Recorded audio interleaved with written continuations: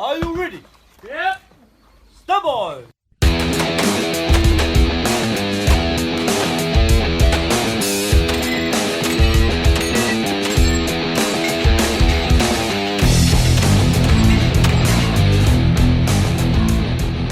Welcome to the Three Gun Show. I'm your host, Dave Hartman.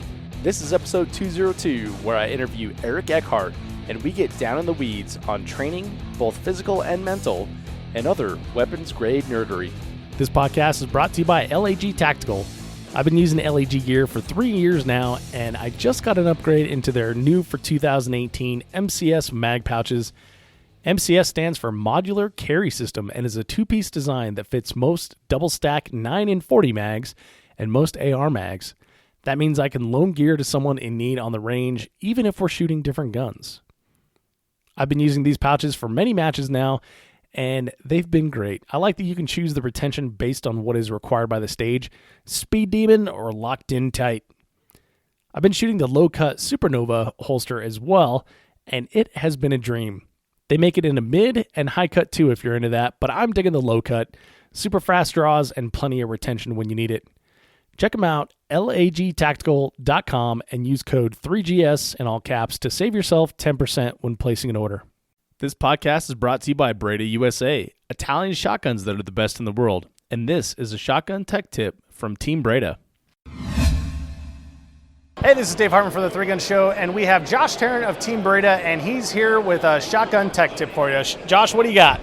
Today we're going to talk about shotgun stance. Stance is incredibly important to be able to shoot a shotgun well, manage recoil. So first up, we're going to start at the feet. You want your feet wider than shoulder width apart. If you're right-handed, you want your left leg further forward. You want about 75% of your weight on your left leg, weight over the balls of your feet.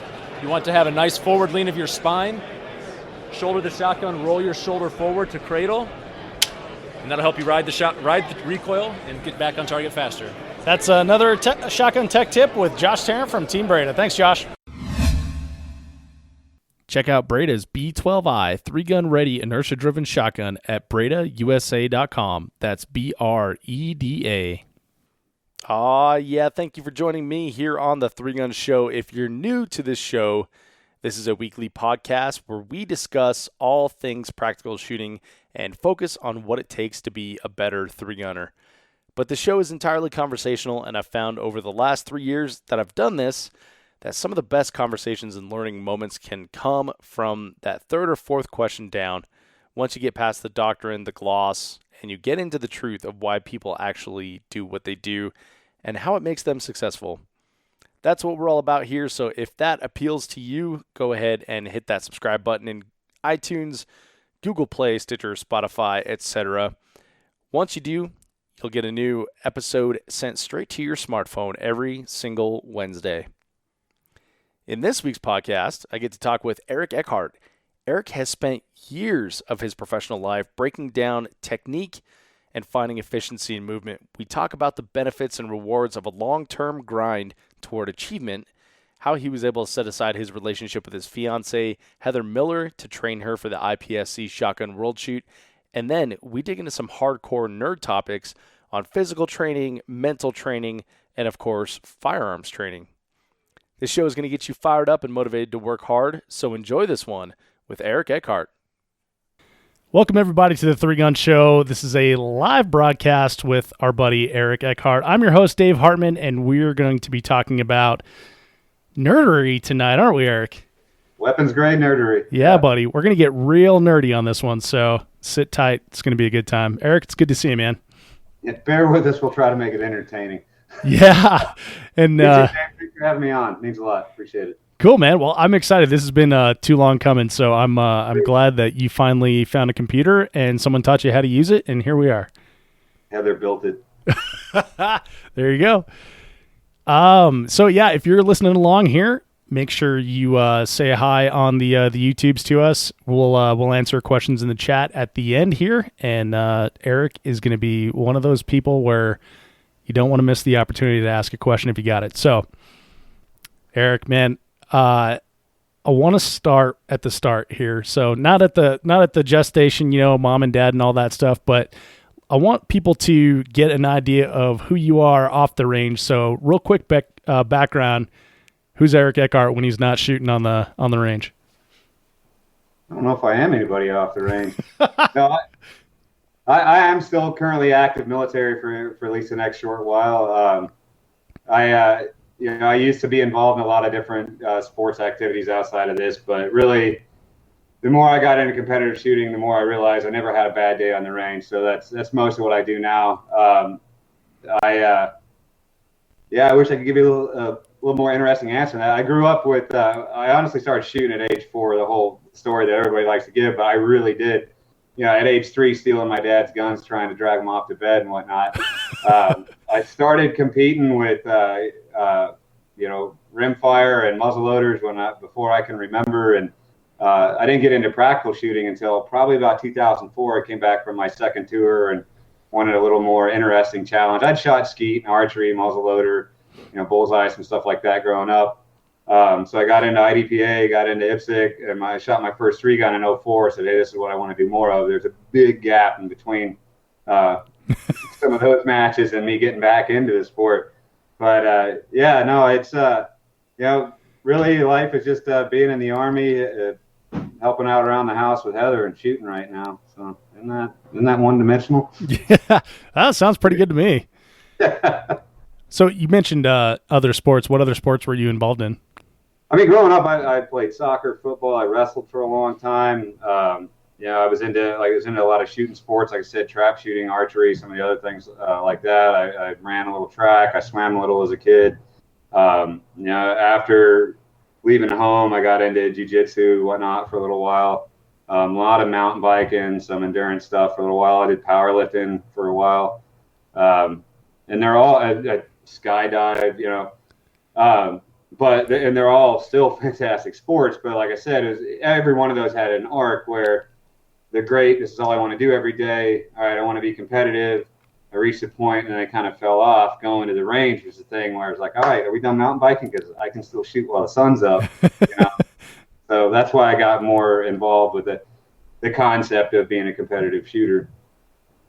So what is it about those sports that have, or what do all those sports have in common with practical shooting? Or is it just that practical shooting is so different that that's what your heart settled on?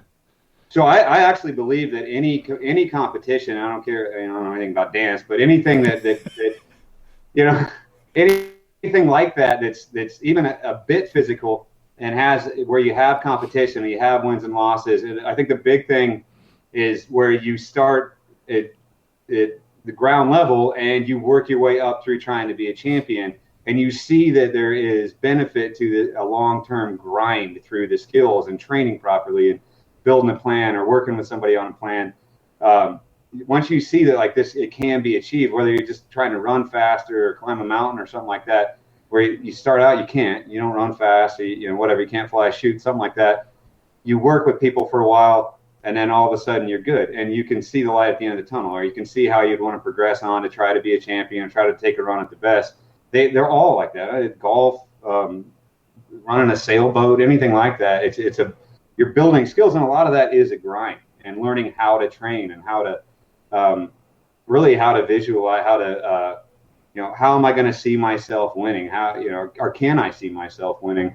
They're all the same in that regard. There's a lot of crossover. So I think any kind of competition or any kind of attempt to better yourself, if you're a painter, just trying to get to be a better painter, and all the process is similar. Mm-hmm. So you enjoy the rise, the arc, the process of anything, right? Absolutely, I absolutely do. I think too that the more physical sports, whether they be contact or not, anything with a lot of dynamic movement, translates really well into our sport. Mm-hmm. Because one of the things that I think I focus on a lot, that a lot of people that maybe look as a secondary thing, is dynamic movement and recoil like reflexive recoil management. It's all stuff that can be trained like you would train a fighter, a guy shooting a jump shot, anything where you're imparting force against another object. There's certain ways that are more efficient to do it. So all of those, even moving a mountain bike through space is there's similar attributes, or there's similar things, force transmission that goes into it. So yeah, I think powerlifting is one of those. What's that? Powerlifting is one of those. Jiu-jitsu is one of those. Absolutely. And there's a lot of places where they diverge. You know, if you're trying to go for heavy squat, you're going to have your weight fully on your heels, trying to push the earth away from you. You know, if you're trying to shoot dynamically, your weight better not be on your heels. But it still is power transmission reacting to what, what's happening to you, or more importantly, what you're trying to do. So I do think there is, and once you learn kind of that broad spectrum, if you do hop from sport to sport and learn about it, it all translates very well into shooting. And you're ahead of the game. If you look at a guy like Josh Froelich, obviously somebody knows how to transmit power into somebody else's face, you know. Yeah. That counts. That counts. It's not everything, but it counts an awful lot, clearly. Right. So then what is it about practical shooting that makes you want to stick with it? It's been said many times in the show that there's no such thing as a perfect run or a perfect match. You can always achieve better. Is that? It's not the best. There's no 100%. There's not. Somebody can take a fraction off your time. Somebody can see a better plan, shoot a little tighter. That's why I like about that we have time, because nobody's ever going to shoot it instantly. And until that happens, you can always get faster, right? Right. And that is efficiency, intelligence, accuracy. I don't mean like being smart, but just running the stage smart. But accuracy, all that goes into it. And it really, as good as the times we see from some of the shooters we have at the top now, Jordan Horner, those guys, there's going to be somebody come eventually, and it's either going to be a new technique that we haven't thought of, or a new way to engage, or just a more skilled person to train better is going to start taking fractions of those off. I don't think we've seen, the limit yet, and that's exciting. Yeah. You know what I mean? I refuse to believe like I can't be that guy, even though the stats dictate otherwise. But yeah, but I think that as long as that's the case, as long as we're racing towards an instant run, then we always have a race. Mm-hmm. What kind of attributes do you think that someone who comes along that will turn the game on its head and be better than Miculek, Jordan Horner, what kind of attributes would that person have to have? Well, I don't think you can get away from athleticism anymore. I don't. I think that the next best shooters are going to be highly athletic, because I think it's been coming, and it shows for certain now. I think there's going to be new ways to train vision, new techniques on movement. There's going to be an ideal kind of body type, weight range for certain sports, and I think they are kind of different for different guns. But reality is, one of the things I think is going to be most important is how well we start training the brain to see the stage and execute it perfectly, and to be able to be that guy in the back seat that just watches the stage go down, only step in when you need to, and then let it happen again. You know what I mean? Mm-hmm. So kind of shooting from a third person and that relaxed mental plane, at the same time, 100% force transmission, accurate engagement, but a lot of things, like breathing, mental management, rehearsal, visualization, all that. The next best are going to be taking a lot of that to the next level. Because in reality, the gun does most of the work. You just have to get it there and point it in the right direction. So those are the two places where I think, short of maybe some mind-blowing techniques on the reload or something to that effect, I think we are kind of seeing 95% on some technology, but movement and mental management, I think, are probably the way forward. Mm-hmm. So you're talking like flow states, right? Like people describe in the middle of an athletic performance that it seemed like time slowed down. They almost weren't even in charge. Everything just fell together. Yeah, it's exactly the term, flow state. Yeah. I mean, it's even I watch kids wrestle now, and I'm like, that 14-year-old could beat the tar out of me, because they wrestle different. They're in a different plane mentally, and they move the match the way they want it to move. And I always thought I just needed to wrestle harder. Right. or get Yeah. Longer or something like that. I wouldn't stand a chance. They've moved the not just the training aspect, and a lot of the techniques are still the same, but where they're at mentally, what they're trying to do, how they see the match play out, or how they see the that event play out is a step ahead. They have better coaches, better technique. So I think that's where shooting's going, because you can only do so much to make a gun faster. I mean, we already got pistols that have less than a pound of recoil, rifles at about a pound. Shotguns in a day you can learn how to reload sub second round, and after that, what can you do other than get it on target faster and make sure you don't make mistakes going through the course? So that's why I think that's the next level. Well, so there's very different kinds of matches, and some of the more physical matches out there, like you said, athleticism, it definitely shines through. Some recent examples are going to be like Task Force Dagger and the Duskin match that require a lot of physicality to be a part of that. Do you see that physicality like in every match? Like, for example, USPSA Multi-Gun Nationals is entirely base stages. It's very fast, but there's not a lot of dragging 200-pound dummies involved in it. I mean, where could physicality hurt, I guess is my question. If I can develop burst speed and proprioception and plyometrics, if I can bring all that up, where could it possibly hurt? If I can do that, the exclusion of learning how to be more efficient, how to think better, how to visualize and execute better, the two are not mutually exclusive goals. So if I'm bringing both up, where could being a little faster, a little stronger hurt? I mean, just core speed. Technique counts for a ton. Like I said, the gun does most of the work. We've got like 14-year-old girls that run the shotgun better.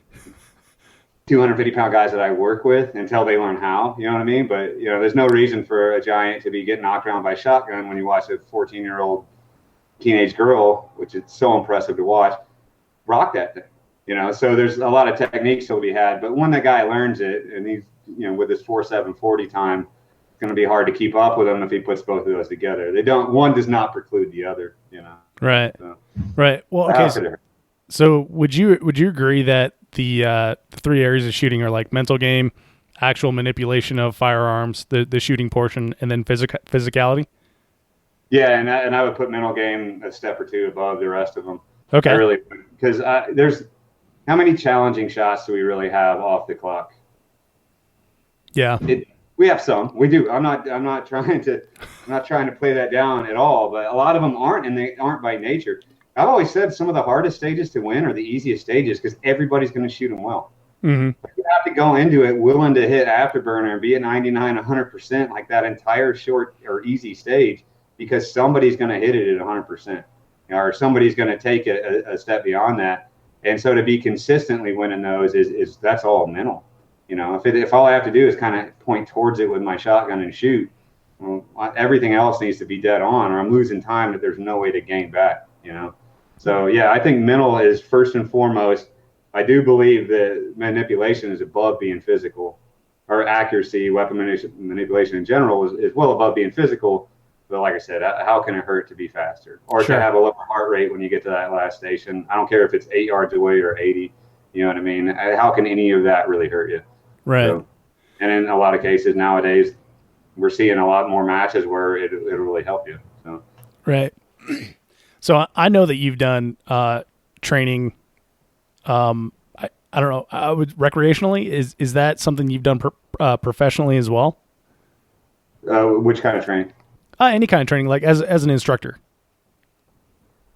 I'm in the military, so I'm kind of senior now. I'm working towards retirement. That's a lot of what I do now. Just train guys. I was for a while an instructor where we worked primarily on engagements from close to really far away without getting too much into it. And recently I've been training some of our guys on 3-gun. I really enjoy doing it. And every minute I spend on the range, I'm learning something.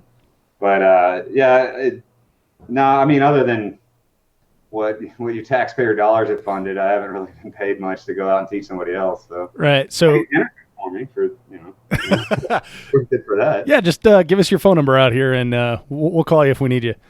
No, I'm kidding. So, I'll put your instructor hat on then, and think of like if you're looking at a week. Can you read it?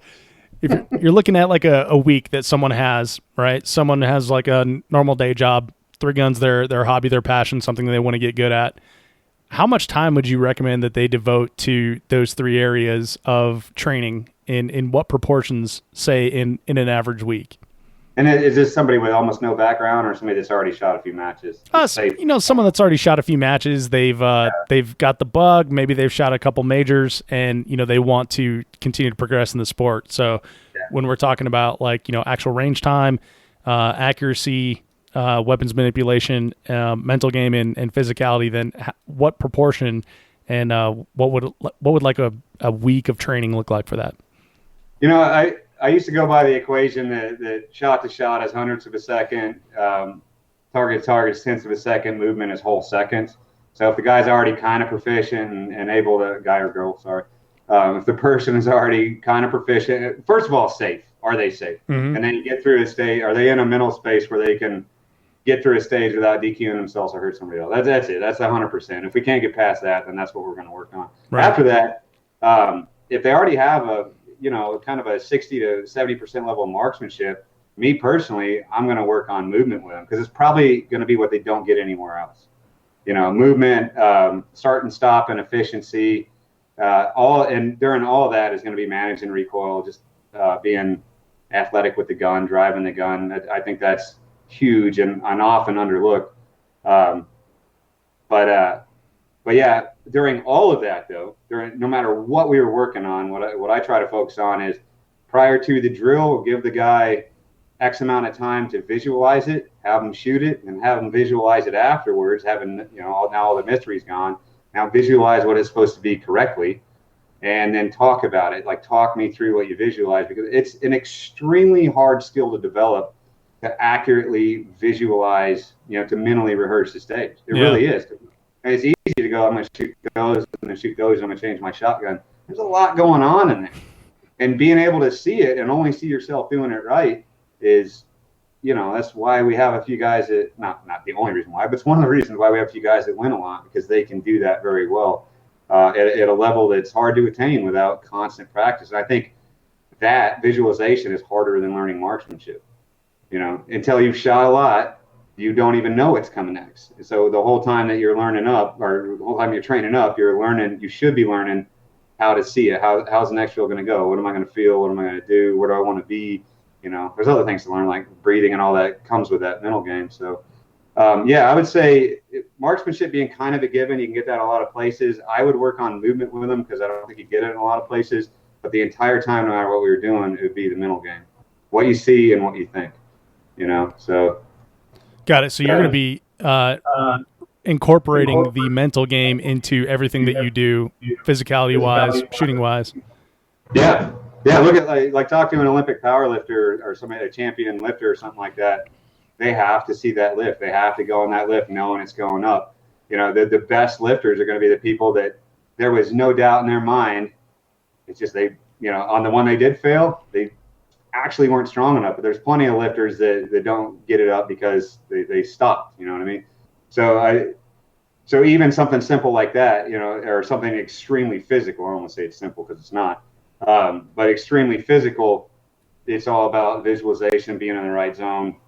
Shooting's like that too. Shooting is that it's like 50 free throws in a very short amount of time. Yeah. It should be easy. It really should be easy, but you get out of the zone, and it's not. So and also getting back into it rapidly. If you do have to hop in the front seat and steer for a second, how do I get back calm again? Things like that. Yeah. So. Yeah, the mental game in like an athletic performance is huge, and I think recreational athletes don't necessarily pay much attention. We talk about it a lot in practical shooting, but even in things. So, like I used to work at a CrossFit gym that's in the south end of Denver here, and at the beginning of like our power period or whatever, you'd have people saying like, "Oh, I don't think I can do this." It's like, you're right, you can't. You shouldn't even try. Just go home right now. You're correct. Yeah. You're absolutely correct. And if you put some ghost plates on for them that look like 25s instead of 45s, there's a decent chance they'd have got it up. Yeah. Or there's a chance they would have got it up and surprised themselves. Not to, and I'm not trying to act smart to anybody in the room, but those kinds of things happen. And it's the same thing with shooting. I tell a lot of the guys that I work with, like, shoot with fast people.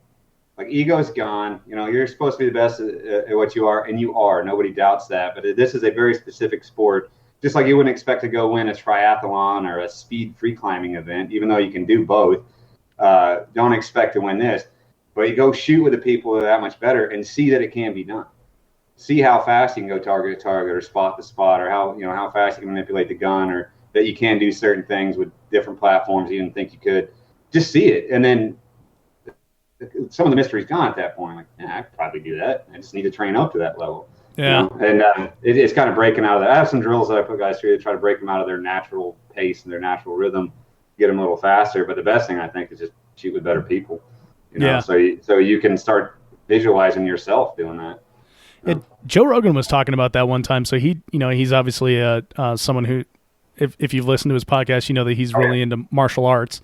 And he said that going to a tournament one time when he was, late teens, early 20s or something, like blew his mind and expanded what he thought was possible in martial arts because he got the opportunity to see what people do at a high level. And honestly, man, like watching, Greg and Daniel and Jerry do some stuff, at first you're like, holy crap, like how did that just happen? But then, when you finally break it down, it proves that it's achievable for a human to do that, and it makes it attainable for the average person. And that's not to detract from the fact that I think they're the best at what they do. And, they have definitely put the time in, and I think they're the top end. Like in competition, as much as I like playing football, I was never going to be in the NFL. You know what I mean? Right. I just wasn't. And the best guy out there is not going to be like Tom Brady or somebody like that. There's going to be one or two of those at a time. However, moving towards that or looking at that or maybe finding a better way to do, like in this case I said Tom Brady, but not that I'm a Patriots fan or anything, but numbers are there. You might find a better way to do that en route to it. If you look at that and say, hey, that's attainable, there might be a smarter way to get there. It might be a way that I can do it that's different than the way he does it, but it's just a human. You know what I mean? So, and I think that those guys, the guys that you mentioned, Jerry, Greg, Daniel, all the guys that are consistently at the top, they're very good at what they do. They've got a lot going for them physically and mentally, and they put the time in. And they put the time in with a plan. And, clearly at some point they either mastered the mental game or they're born with it, which I think some people are. But just seeing that it's attainable. Go shoot with them. Go see that it's not that far away. You're talking hundreds of a second sometimes, shot to shot. It's things you can figure out if you can put it all together. Interesting. All right, man. I love that. So you seem to be, one of your strong suits seems to be breaking things down, right? Like you see something and then dissecting it in your mind or, working it out and like how you're going to attack that. Is that, do you agree with that? Is that a good assessment? Yeah, I do. I think it's from being broken a lot of times, All right, well, that didn't work. Why the hell didn't that work? I've been through some relatively challenging stuff in my military career, and not all of it was successful the first time, so I had to reassess. And even as a kid, I got my helmet knocked off me. I got pinned in 40 seconds. So I had things like that happen to me. But my father was always of the mind, like, get the hell up. Like, what went wrong and how do we fix it? He was a phenomenal coach. Like he was, I would say, a lot better than I am at breaking things out. I'd never see it like, that's not a problem. That's just a lesson. Are you still alive? Can you still walk? Then let's go that way. And that's always carried through. I never really felt like being coached by my dad. My mom's the same way too. She's tougher than anybody, almost anybody I know. She's just less vocal about it. And you need to finish. But no, he was just always that guy it was never life ending just because something happened, just because you got knocked on your face or you fell down or something like that. You didn't win the race, whatever. Like, all right, well, next year we need to run faster. Like, what's it going to take to do that? Can you figure it out? Can you find somebody that can? Will you put the work in? And especially when I was young, never let me skip a practice, or never let me go half-ass or anything like that. That I think that just became part of who I was. Shooting as well. It's like, all right, you're not shooting great today. Why not? And do you want to fix it? And that was a big question: is do you want to be better at this? And of course, I'd always say, yeah. Well, once I committed to it, well, then this is what we're going to do. That's how we're going to be better. And it's carried me through, my entire career and just life in general. And so I owe him. I owe both my parents a lot for that. And I think that I don't think I came up with it. I think I learned it from people better than me. So. Mm-hmm. So it's difficult to do that, especially as adults, and like this game is difficult for people to get into and put their ego aside and realize, like, I may be an engineer with a master's degree, and I'm going to go get my ass kicked on the on the range here. It's hard for people to set that ego aside of like, I should have proficiency as a 35-year-old, 38-year-old, 45-year-old person, right? Is ego a problem for you, or do you feel for like me personally? For you personally, do you feel like you operate with? I want to win everything I shoot, man.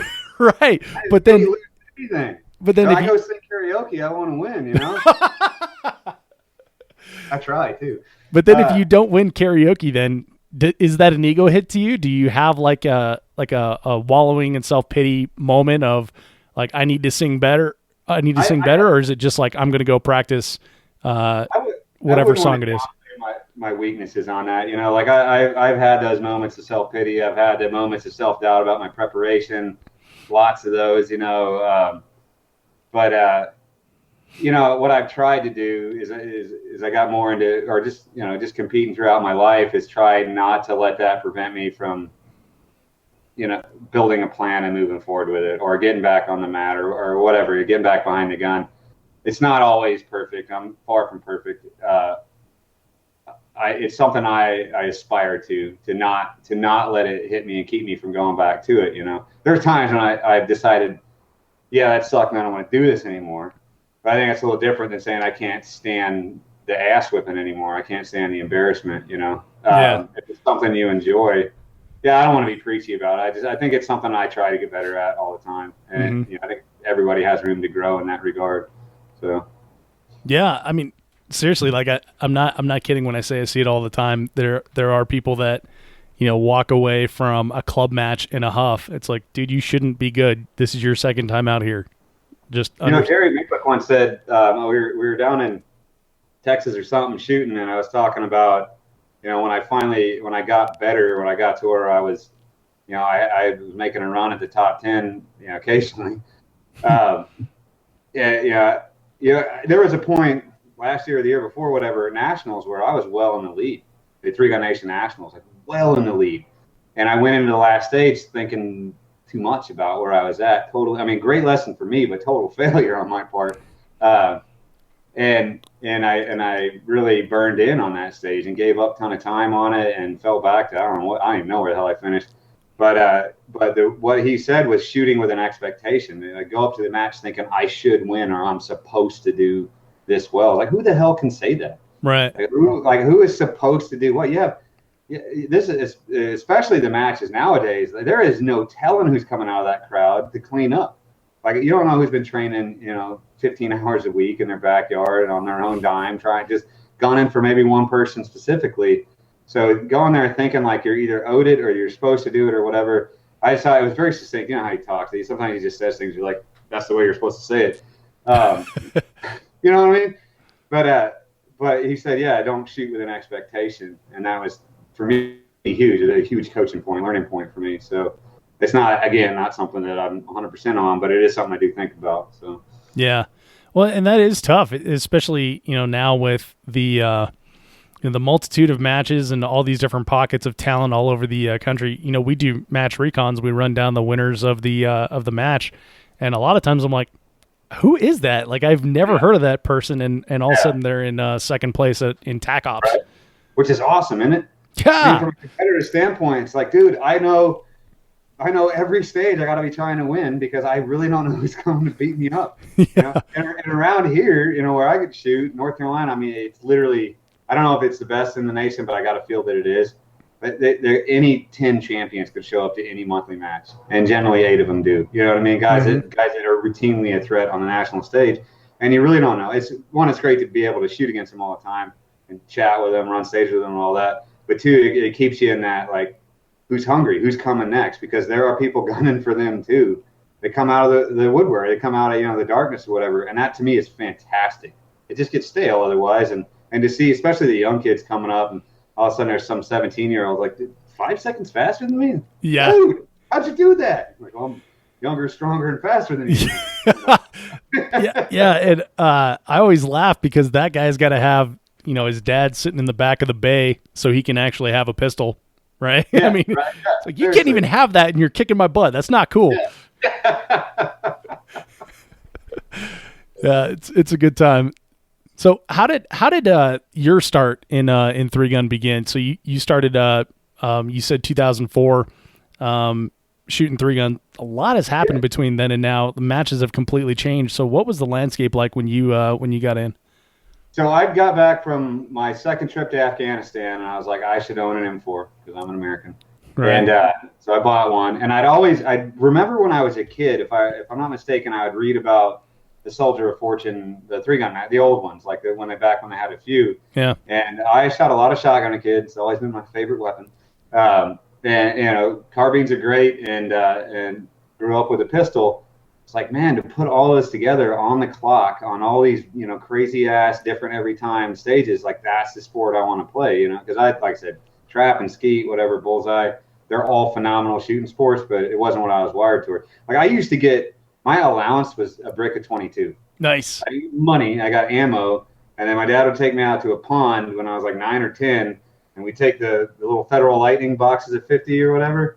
He'd take an ammo out and he'd throw them in the water, and I'd shoot at them as they flowed by. Because I had moving targets and a time standard before they got under the bridge, So it was kind of always what I was attracted to. So I got, sounds awesome.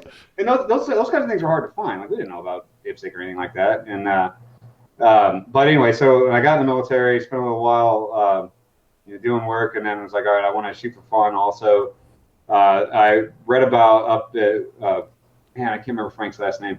There's a place north of here, Oxford, that used to run like a monthly match or quarterly match. They have some other cool matches like Recon, like a long range kind of three gun match, or a long duration three gun match. Mm-hmm. And I was like, I just want to go shoot one. And there was a guy I was working with.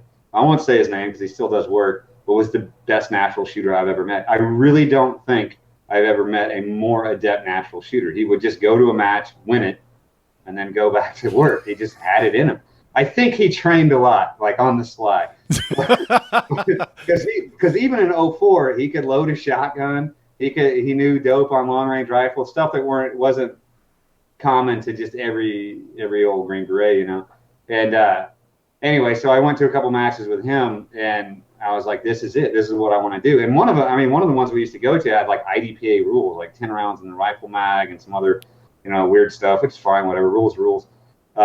So it wouldn't even think it wasn't the blazing stuff we're used to, but it was cool, and the people were cool, and because this sport is so diverse and its challenges, it allows for more diverse personalities, and people aren't like wired in so tight on specific things, and so the people were cooler than like the IDPA I was shooting at the time, and so I shot a couple of those, and then got hot and heavy with other career stuff for a while, and then I was in a place where competition was advantageous. Like they said, okay, yeah, this is a good thing for you to do. It makes you faster and more accurate. You'll train when you're here, so that doesn't detract from it. And that's when I got back into it. But that was probably a 5-year gap in between that year and the next time I shot it. And but it was always kind of held that special place. Like that, the amount of challenge, never the same thing twice. It really isn't. Yeah. You know what I mean? That's what I like about it, or that's what I think drew me to it the most. Was the more I know these guns inside and out, the better I'll be. But there's no telling how the challenge is coming next. So, right. It's always something different to tackle as well. What's that? It's always something different to tackle as well, like a different challenge. Yeah, routinely. Like I don't know if I've ever been to a match and been like, and not had a stage where I was like, I'm not sure how I want to do this. I really don't. And you get wisdom from the craziest places on it. There's a couple guys around here that you wouldn't think to go to for stage design. Shout out to Buddy Brown. He's one of my favorites to go to. That will have an idea on a stage. We're like, fucking genius, man. Dude, that's how I'm going to do it. That's really sharp. And you get to expand your horizon that way, So, but yeah, like you said, there's always something new to tackle. Yeah. New way. Like, I don't know if I can do this. Let's try it. So in that 5-year gap, what was it like getting back in? Was there a lot of changes that you had noticed in the game? Do you feel like, well, I got to catch up now? Yeah. So it was 5 years. Actually, if before I really shot a 3-gun match on a more competitive level, 7 years, and it was starting to become a sport of a tactical analog. Mm-hmm. You know what I mean? Where you had there was more of a tactical flavor to it when I was first shooting it, and it was becoming more of a open field kind of sport, or just people wanting to shoot fast and be proficient. And it was starting to grow then. So I don't think I shot another match. My first major was FNH 2010. Okay. So, and that was my second 3-gun match since 2004. I shot a guy named Lynn Baxley put on a match for a couple of us down in Dallas, Texas. We went and shot that. We did okay. It's like, I think I want to keep doing this. And I think I had like an 1187. You know what I mean? I had a LaRue rifle, and I was running the same Glock I run today, the exact same one minus the barrel. And still I had, I was still pulling out of the cloth mag pouches and stuff. And but it had started to open up more. Now people had already been shooting as a sport. I just hadn't been in it. So I was starting to meet guys that were non-tactical oriented competitors.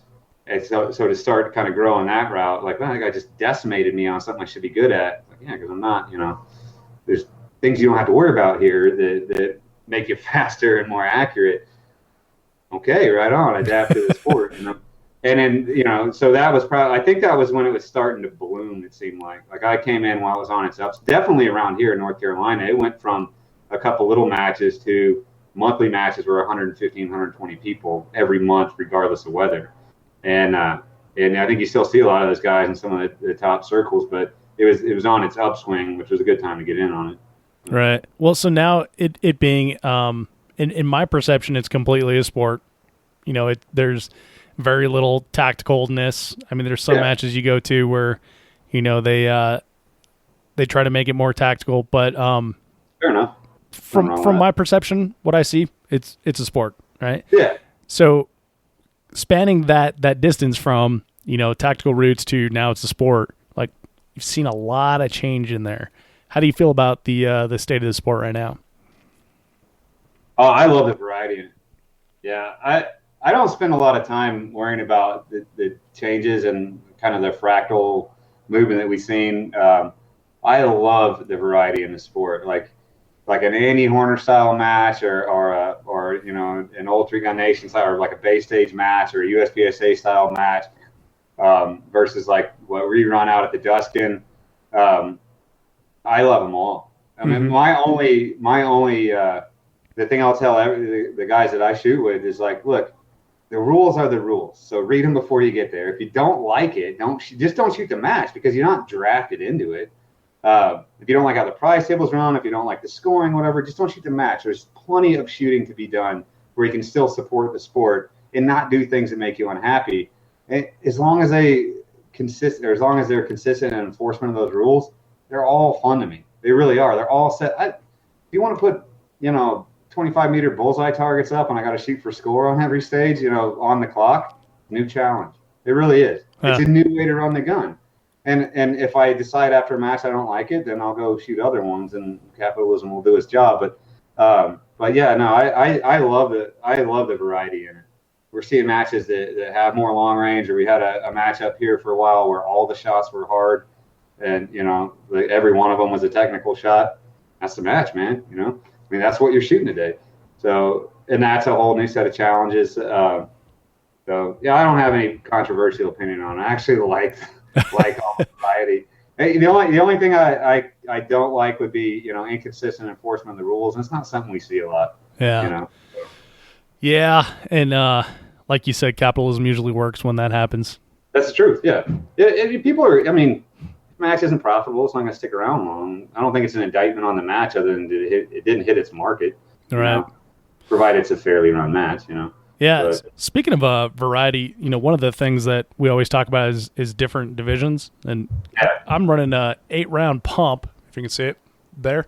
Yeah. And 1X optic in the next match that I'm shooting. Yeah, they've got a special patrol division that limits the capacity of the shotgun, limits it to pump, limited rifle or fixed power rifle. Across the board, limited to pump. Yep. So the whole division, again, it's a division. So they do normal limited, normal tac ops, normal open, and then this patrol division, which is meant to encourage LE and military, because it's in Colorado Springs, which is heavily military, right? Yeah. And so they're encouraging them to get in. So yeah, they cap it at 8 rounds for the pump for the shotgun, make it a pump. The fixed power optics, so you can run your ACOG style, right? Or you can run unlimited. I'm sorry? Does it have to be fixed? Yeah. Not just limited to 1 power, it just has to be fixed? Yep. So you can run a 3 power if you think it's going to be better. It just has to be fixed. So whatever you start the match with, it has to remain that way. I can tell you some techniques for shooting an ACOG fast. I'm sorry? I can tell you some techniques for shooting an ACOG fast up close. Well, if this wasn't 3 days away, this would have been a very good conversation. Damn it. I know next time. Yeah, but to round it out, it's 30 round PMags and 15 round pistol mags. So it's like you said, it's one of those things where if you don't like it, you don't shoot it. You go shoot TAC Ops, you go shoot limited, or you go shoot open or whatever. I'm going to try it out because it's interesting for the podcast and it sounds like fun. And then we'll see in a couple of years if that division still exists after the market works itself out. Yeah, I was an advocate when there was some stuff going back and forth about whether or not to get rid of the pump for heavy. I love shooting a pump so much that I don't care if it makes sense or not. I really don't. Personally, my take on this is whatever. I want a pump to be an A division. I don't give a shit if it's crossbow division. I really don't. Just let me shoot a pump shotgun. So yeah, I heavy is by far my favorite. It's the most fun, but mostly because it's got a pump shotgun in it. So yeah, it's a riot. It really is.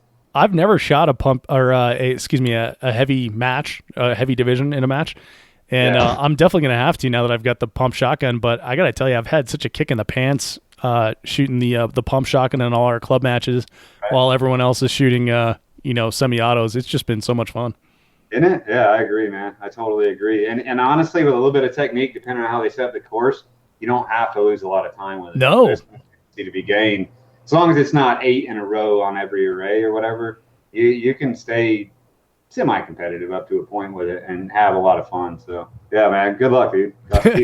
Awesome. Thanks. Yeah, it should be a good time. But, yeah, I do like the variety of matches as well. And what are you running, or can you say?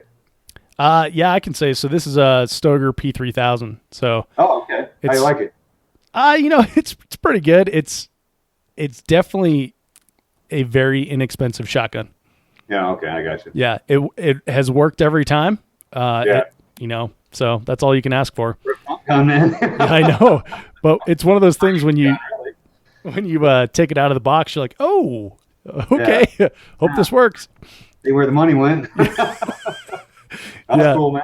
Yeah, I'd be curious to hear how you do, man. Good luck. Yeah, I'll let you know how it goes. It should be a good time, but that's a little side note there. But I want to kind of switch gears here. So we've been talking about training a little bit, and I just had on a young lady on the podcast. Her name's Heather Miller. Do you know who that is? No, never heard of her. Never heard of her? Okay, well, she's this young lady, shoots in North Carolina. I think she lives with you. And is that who that is? I'm wondering. We got a squatter upstairs. Yeah. So yeah, I love her. Yep. So I had Heather on recently. We were talking about the IPSC World Shoot, and she did a lot of training leading up to it in a very short amount of time, because she was switching from traditional TAC Ops division, which she normally shoots, to open, which is a completely different platform. You're going from tube fed shotgun to box fed or box magazine shotgun, and a lot of different things to accommodate that as far as technique. So she credits you for a lot of her success, and several people that I've spoken with have said, look, you need to ask Eric about technique and training, because Heather rocked that open shotgun way more than anyone had anticipated. So I don't know if they were underselling Heather or she just really rocked it that hard. But no, I got to tell you, because I was going to get all mad about why did they switch her at the last minute, and it doesn't make any sense whatsoever. But honestly, in the long run, she'll get another shot at the World Shoot again, I have no doubt. And we both got to learn a whole new gun. She got to learn a new skill set. But her performance, just watching her compared to a lot of, her peers or whatever, she took what I was trying to accomplish to a much higher level than I thought we'd be able to accomplish in such a short amount of time. And my goal was two things. One, I knew there was going to be problems because it's an open gun, and we were having problems early on. So whatever, so to work on the mental game, not the mental game in general, but also stay in the fight. I used to say, or I still say when I'm training someone, never waste a malfunction. You have a malfunction on the range, work through it at competition or combat speed or whatever. Work through it, get that whatever you think is right, get it back through there and finish the drill or add another shot in or something. Get done, stop, and review what you just did. Was it the best way to do this? What did I see? What did I not see? So I knew that was going to be a lot of what we were doing until we got the gun running. But the other thing that I wanted was reflexive recoil management, like being able to drive the gun, or reflexive gun management. And so there was a lot of turning and short movement, a lot of weird angles, a lot of shooting back in different directions. A lot of early on, it didn't have anything to do with the match. It was just about building the ability to kind of keep your weight in the right spot, to drive the gun with your hips, et cetera, et cetera. You know, where to have your shoulder at all times, things that would put her out off axis, but still have to maintain recoil or manage recoil. And that was one of the key things I wanted to build, was getting kind of like the spine central nervous system where it was out of its norm, but still having to do the right thing and build that range of motion and just reflexive driving of the dot, like linking your eye or linking what you see to what your body's doing to manage it shot to shot. When I saw some video of her shooting, I was like, dude, she is shooting better than I would. Like no shoulder movement, no, like she's running full up ammo, just killing it. I've only seen a couple of videos. Like the Fiocchi's a good one, but if you focus on the times where she's shooting and moving, it looks like a 22. Like she took it like 100%, took it to the next level, way better than I thought that we were going to get to accomplish in that.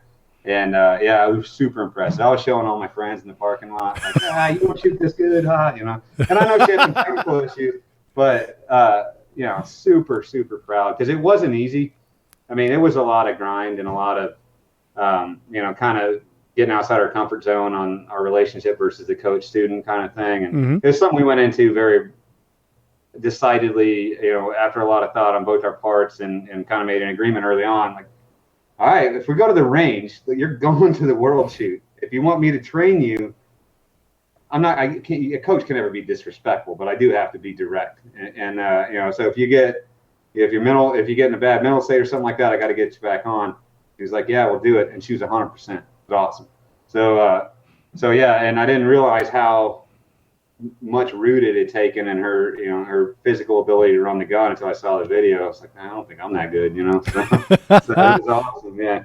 But there was a lot of, like, every night was kind of thinking about, all right, what hasn't she seen yet? What's going to be a new sensation for her ankles, knees, hips, and stuff like that will cause her to have to react to it to the point where eventually there's not much she will see over there that hasn't been something we haven't trained through before. And I'm talking down at the basic, like I said, proprioception, like where her body is in space kind of stuff. Not necessarily accuracy. We shot everything full choke. We shot a lot of small targets, a lot of super close non-threats. But I was more interested in, can she drive the dot as fast as that gun will run? And man, she did great. So but yeah, that was the plan, and it worked. I mean, she made me look like a much better coach than I am, I think. So. I wish the gun would have run, but what are you going to do? That's life, and I think she made it. She did good. It's kind of like getting your butt kicked in a wrestling tournament. It's like I just want to not get my ass kicked bad enough to where we lose a bunch of points. Right. And she did that. She did a ton of damage control. She stayed in the game mentally. It was very impressive. That's her first time on a stage that big. So you know, and that's something we talked about a lot. You know, working on proper rehearsal, working on. You feel down right now because there's a lot of frustrating stuff going on. How do we get to where you think you can win again? And yeah, she soaked it all up like a champ, a true champ. So it was really impressive. Well, when you talk about reflexive recoil management, you know, it's a light. I don't know. They seem like they're lighter guns. They're more compact, right? And it seems like more of the recoil is coming in than like a tube shotgun. They've got compensators, so you get that going. But I think they have more reciprocating mass. So after the comp's done working, you still got the bolt to deal with. Well, and then you have to use higher power loads with open shotguns too, right? So the comp works. We were running. I don't remember. I'd have to ask Heather. We were running, I think, 1200. So she normally runs a Benelli. She's got to run 1250s, 1200s on average anyway. Okay. Felt recoil in her Benelli when I shoot it, was sharper with the Benelli than it was with the open gun with the Vepr, the dissonant arms gun. Okay.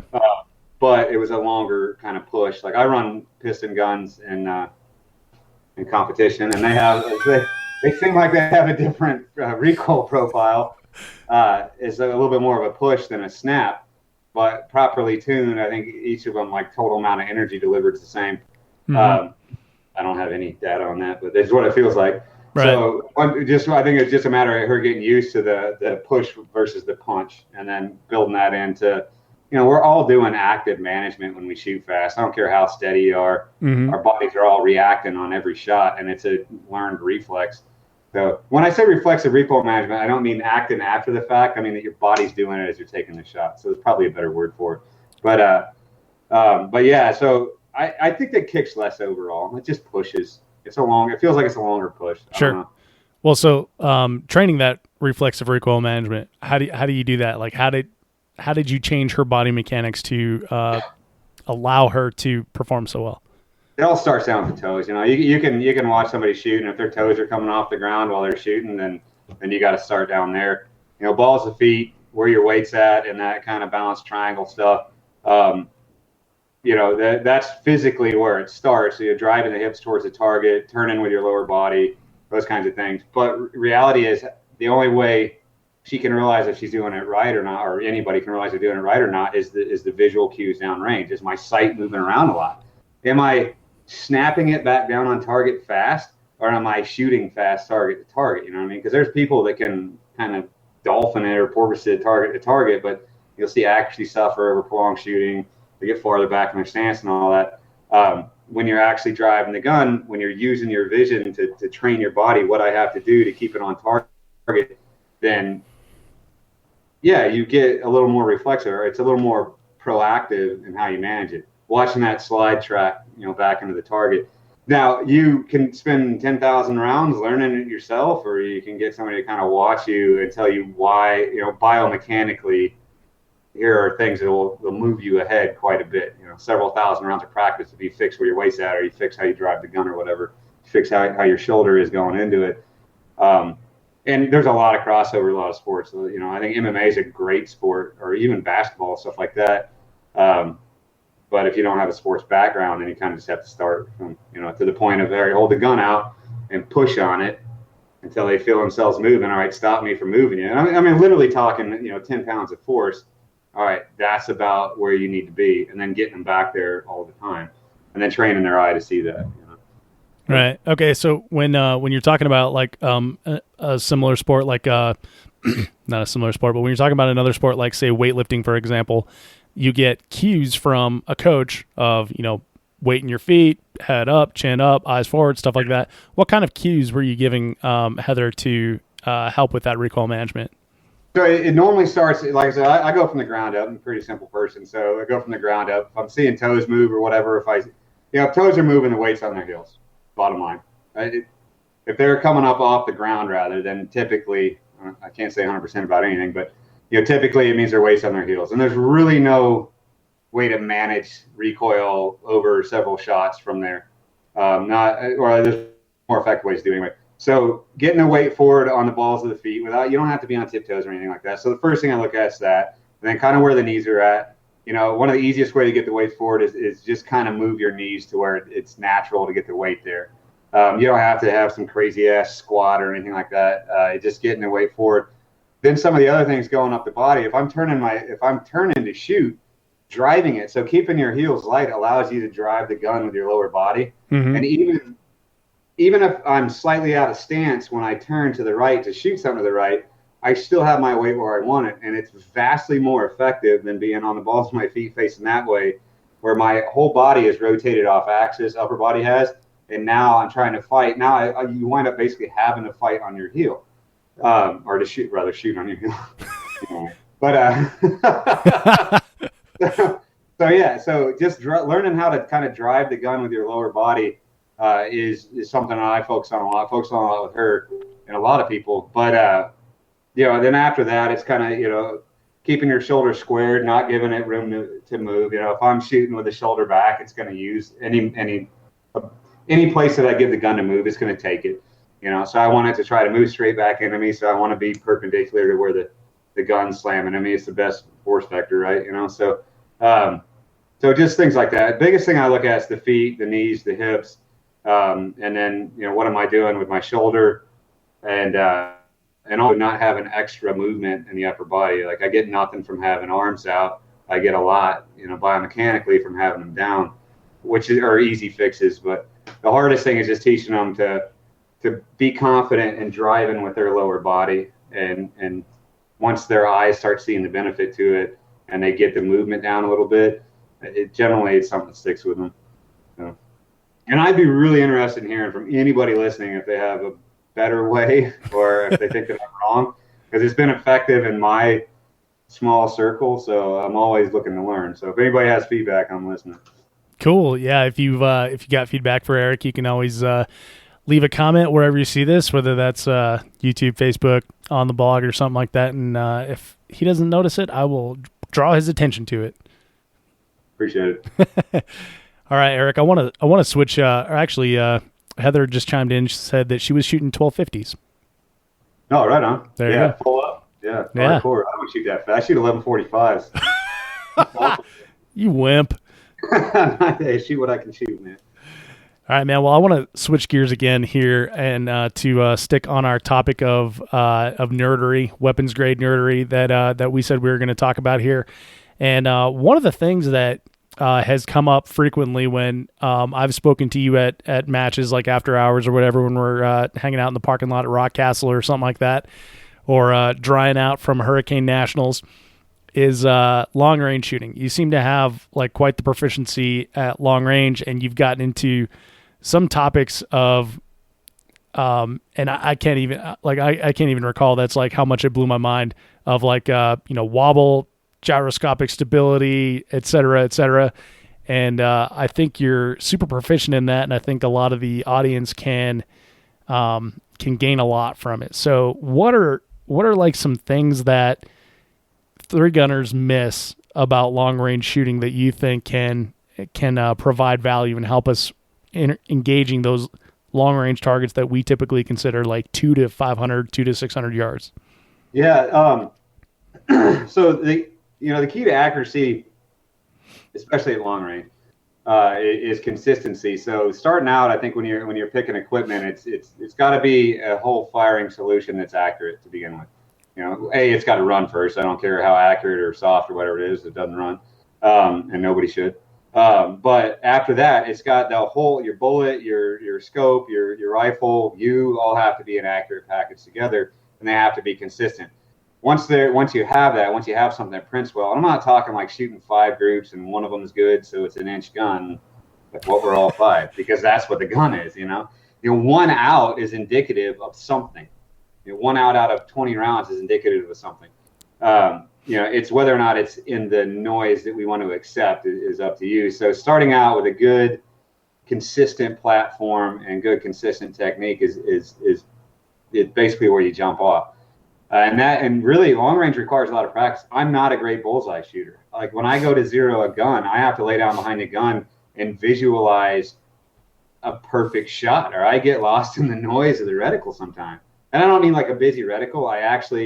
My mind will start to drift after 15, 20 rounds of like, whatever shiny thing, butterfly. I have to focus. I have to see a perfect shot before I shoot it. And that's something that I know about myself. It's taken a while to figure that out. But it definitely helps a lot when I'm doing it. So all that, finding that consistent firing solution first. After that, there's some really, really smart people. I am so fortunate the people I've been able to shoot with and train with and work with over the years. I wish I could list them all. The guys that are just 40-pound brains that are actually very functionally intelligent too, that are able to put the two together or take data from someone else and apply it, extrapolate it into long range shooting. Because it really does come down to, like I said, weaponized nerds. If I want to hit at a mile, I want to hit at 1,000 meters, I got to know all of that. I got to know how accurate is the gun bullet me together. I got to be able to read wind and know what it does to the bullet, all the variances in that, things like cant and everything else that goes into it, and be able to apply that to, can I hit this target in a given amount of time? And I'm talking practical tactical application, but also same old is true in ours, in our competition realm. And so I've gotten to work with a lot of guys that figure that stuff out, or they walk up like, all right, this, that, okay, this is probably what we need. So because of all that work that's gone into it, it's really been in the last decade-ish. I'm not going to say his last name, but there's a guy, Todd, we call Sniper, a couple of us call Sniper Jesus, has been like an integral part of, taking the theoretical side and putting it into the practical side and allowing us to push guns out past what they are by basically just saying, all right, here's what everybody says this is supposed to do. Let's go shoot and see it. Literally, like, let's put up a piece of drywall and see what it does. Well, it didn't do that. So what is it doing? And got with like rocket science guys and stuff. So now there's a lot of, there's apps and things like that where once you get that good, consistent, accurate platform, you can get the data off it, put it in a program, and you can give yourself pretty reliable dope. Where for a given range and, out to a certain point, you can get pretty reliable with limited amount of data. Where a lot of people lose it is they're inconsistent in getting that data.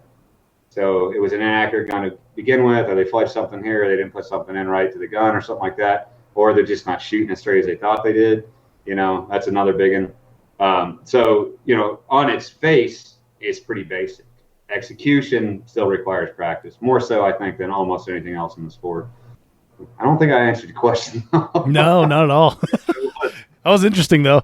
I told you, man. You got to rein me in on this. Okay, so it's so talking about things people miss. So you're starting with a reliable, consistent platform, right? And then visualizing your shot, and you're drawing a picture. No, I'm writing down what you're saying because otherwise we're going to do this again. No, I was recapping what you were saying.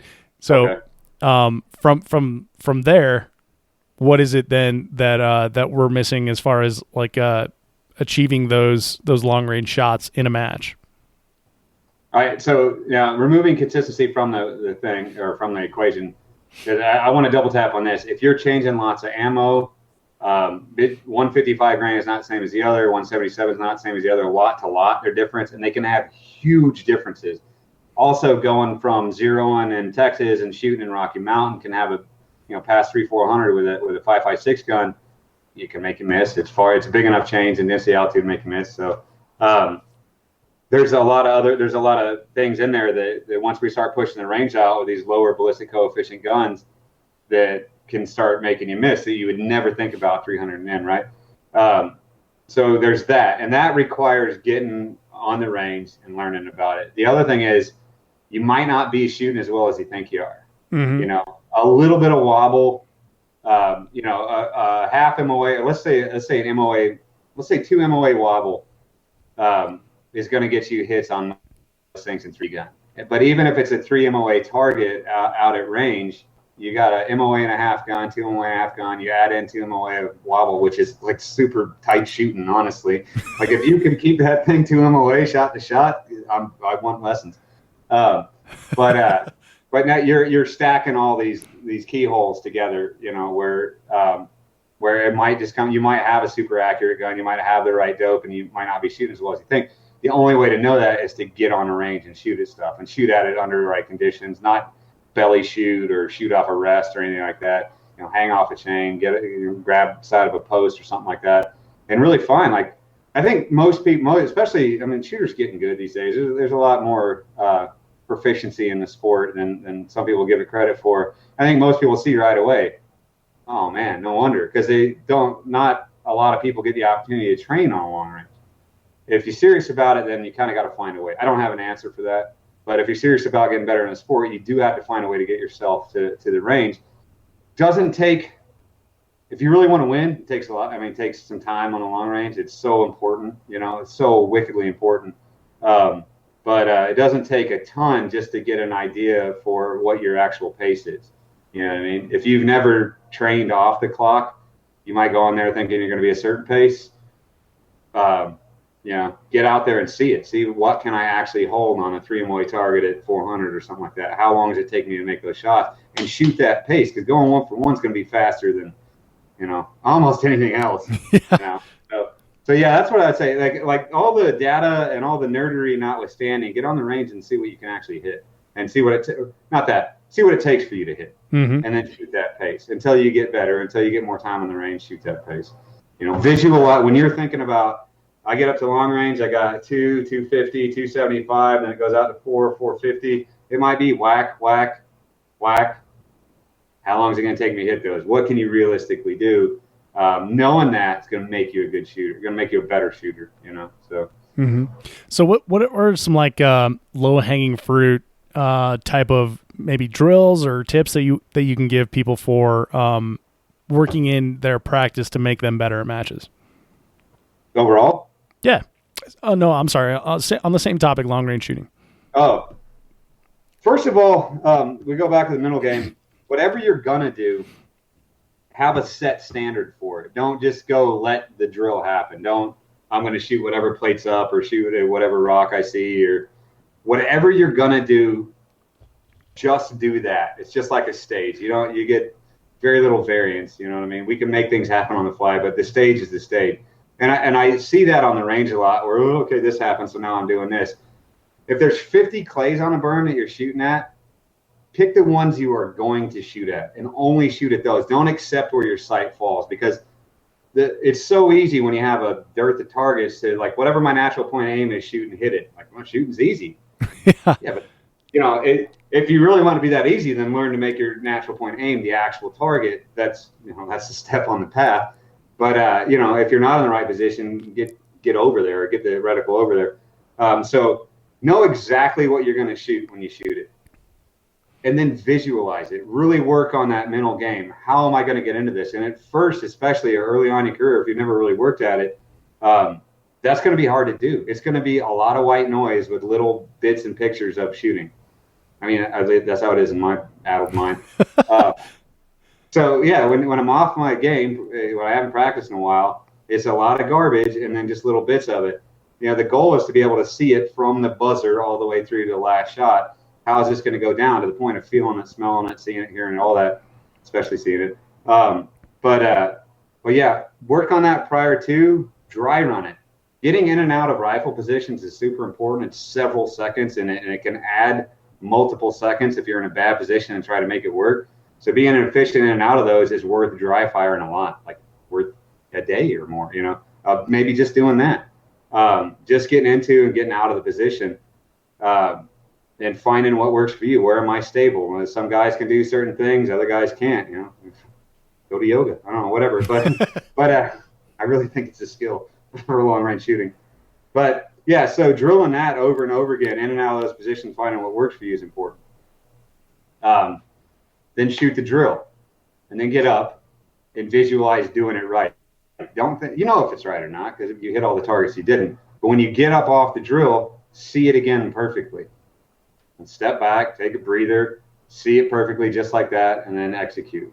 So that's pretty low hanging fruit. You can do that with shooting down a country road, or whatever's legal for you. Shooting down a power line road, targets out 300-400, easy target. It doesn't matter what they are, just things that you have to hit in an order that you're supposed to hit them. Write it out first, whatever. Codify it before you go into it.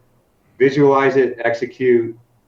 See it done rightly, and then execute again. You know what I mean? Mm-hmm. So that requires range, which I don't have an answer for people that don't have range, because you really do. There's no true substitute. There are some things you can do at closer range. You can shoot smaller targets, and paper never lies. Shoot paper if you can. But if you can get out to even 300 and just shoot 2 MOA targets, then if you work through that with that kind of discipline, just getting in and out of the positions, getting comfortable, getting stable, working on your breathing and all that, then you're going to be way ahead of the game. 400. I mean, what's 400 really? What's 500 really? If you know the principles. Yeah. And you don't. Well, on the topic of, like, I don't know what to do with you if you can't find long range, just go find long range. Yeah. No, man. I don't want to be trite about, like, people's, like, training situations that don't have an answer for them. Yeah. Like, find it. Pick a weekend, pick something, that, like, a good weekend, a long range is worth more than your monthly match. If you're trying to progress, there are things you got to let drop off. if you get the opportunity to go out and train with somebody that does good practical long range, PRS guys are good. They got a lot of knowledge and stuff. They have a slightly different discipline. The gas gun series guys are great guys to go shoot with. Always great guys to go shoot with. Well, they're all great to shoot with, but that like getting in a position efficiently and all that, like they may have more accoutrements than what like a 3-gunner does, but there's still a lot of crossover. Their accuracy standards are a little higher than what we see a lot in 3-gun. Knowledge of ballistics, comfort shooting the gun. It's all worth your time, but just getting out, like I said, man, if you can find somebody with a power line road out to 300 and you want to go and put some clays out or something like that, to be honest with you, still about the clays, though, splash don't count.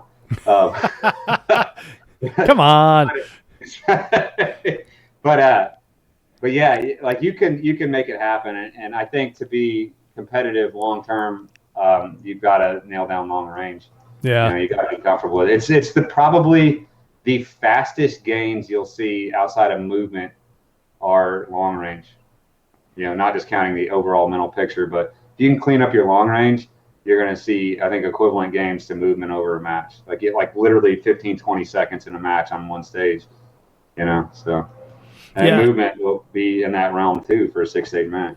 Yeah, it's very true. And, again, like to pile on what you said, like everybody does have different things to deal with, but if you can find like one day of a month to go out to a long range, like for me, there's probably 12 minutes away, there's a indoor range. I could go shoot my AR there, but I choose to drive 2 hours out to a place where I can get 600 yards. Totally worth it, right? Yeah, absolutely. If you're just a normal person in a match, you don't have to be the friendliest or whatever. If you're just normal at most 3-gun matches, you can find people to train with. Yeah. Especially, you want to make yourself invaluable on long range, learn how to spot. Oh, okay. Be willing to run the scope. Like learn how to see trace, which doesn't take that long. It's not that magical. But be able to spot for the guy that's also shooting, and then show up on days where it's fucking 100 degrees or whatever and spot for him, and you will get to train together. Everybody wants a good spotter. You know what I mean? So you can learn other skills that make you valuable to people that already have access to long range. That you'll find avenues. You know what I mean?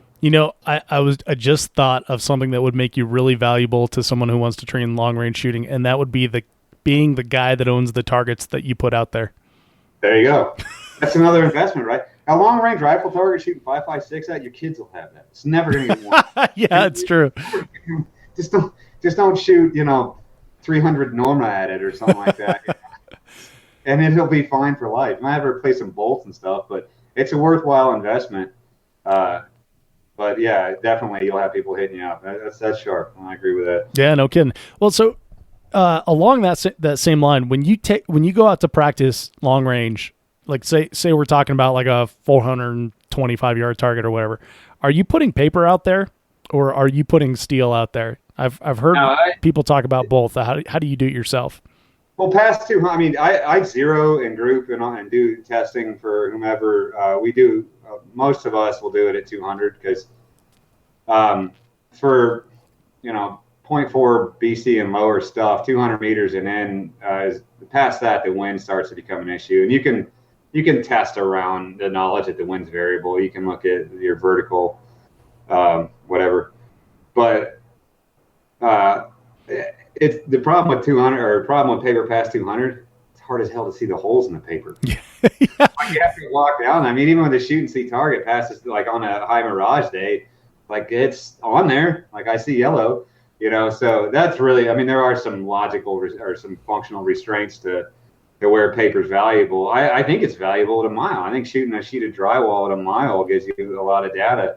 But can you get feedback without riding out to a 4-wheeler? No. No.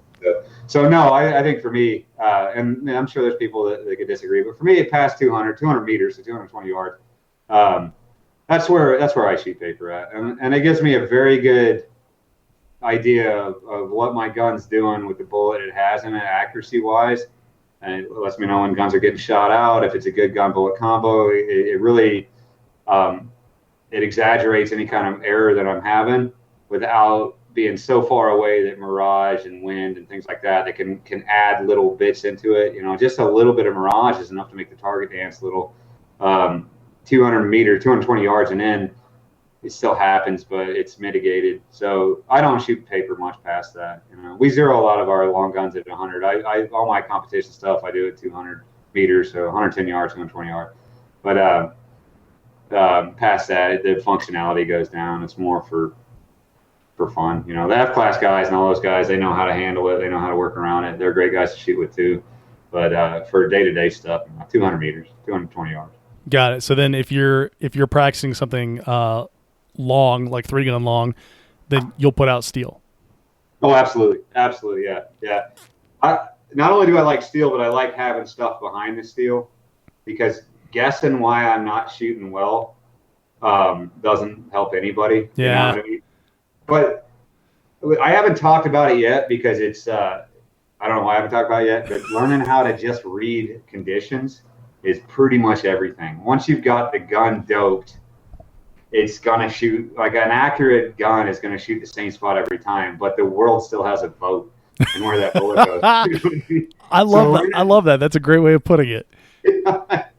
So learning all that, seeing the whole wind and understanding the differences in atmosphere and being able to account for that both digitally and functionally on the range, like that's the gold standard, like learning how to spot, like we were talking earlier about being the guy behind the scope. If you start learning some very simple sniper math or some wind calling math and start adjusting your eye to the vegetation, the terrain, stuff like that, you can get down to like within 20 miles an hour below, you can be within a mile an hour or two accurate by eye. And you can start putting the whole wind solution together on long range shots with a lot of practice and a good shooter and a good gun. But you don't have to be that dialed in. You have to know generally is like when I started, the wind's blowing my hat off my face one way, and I get down on the gun, I see it laying down the other way. If I hold left like I thought I was supposed to, I'm never going to hit. You know what I mean? So knowing that and having feedback and being able to immediately coach myself. So if I have steel out at 300-400, being able to see impact, it lets me know what I'm doing wrong. Mm-hmm. Generally it'll do something like remind me, like, idiot, the wind changed. Or, yeah. Like you're watching a water bottle blow this way and you're holding that way. Come on, man. You get paid to do this, man. Wake up.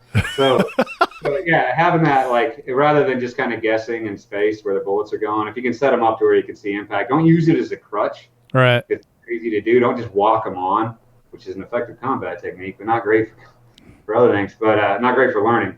But yeah, if you're not hitting with what you're supposed to be hitting with, if you stop and look why, you'll be that much faster, more proficient in the future. So. Mm-hmm. Well, yeah. So I'll second that. Having something behind it definitely adds to it. The range I shoot at right now, the berms suck. They're tiny. Right. Yeah, they're tiny. So it's basically you're using the run out until you get to 600. But yeah. That's hard to call your shot on that. But going back to what you were talking about reading conditions, tell me more about that. Like if I haven't made it abundantly clear, I'm a civilian. I have no background in it in anything that you do. So start me from like how, if I step on a stage, tell me what I'm supposed to be observing and what I'm supposed to be taking in about the conditions. In reference to long range? Yes. Yeah. So going into it, I mean, you should already take into account the more static elements of the atmospheric stuff. If you've got a powder temperature variability table built, okay, fine. So yeah, some powders burn a lot faster when they're hot, and knowing that, like this goes way into the weaponized nerdery stuff. Yeah. Modern powders, there's a lot of good ones out now that are less sensitive, but they're all kind of. So you got two options: learn it and be able to gauge it, or keep your ammo the same temperature all the time. That's the ideal.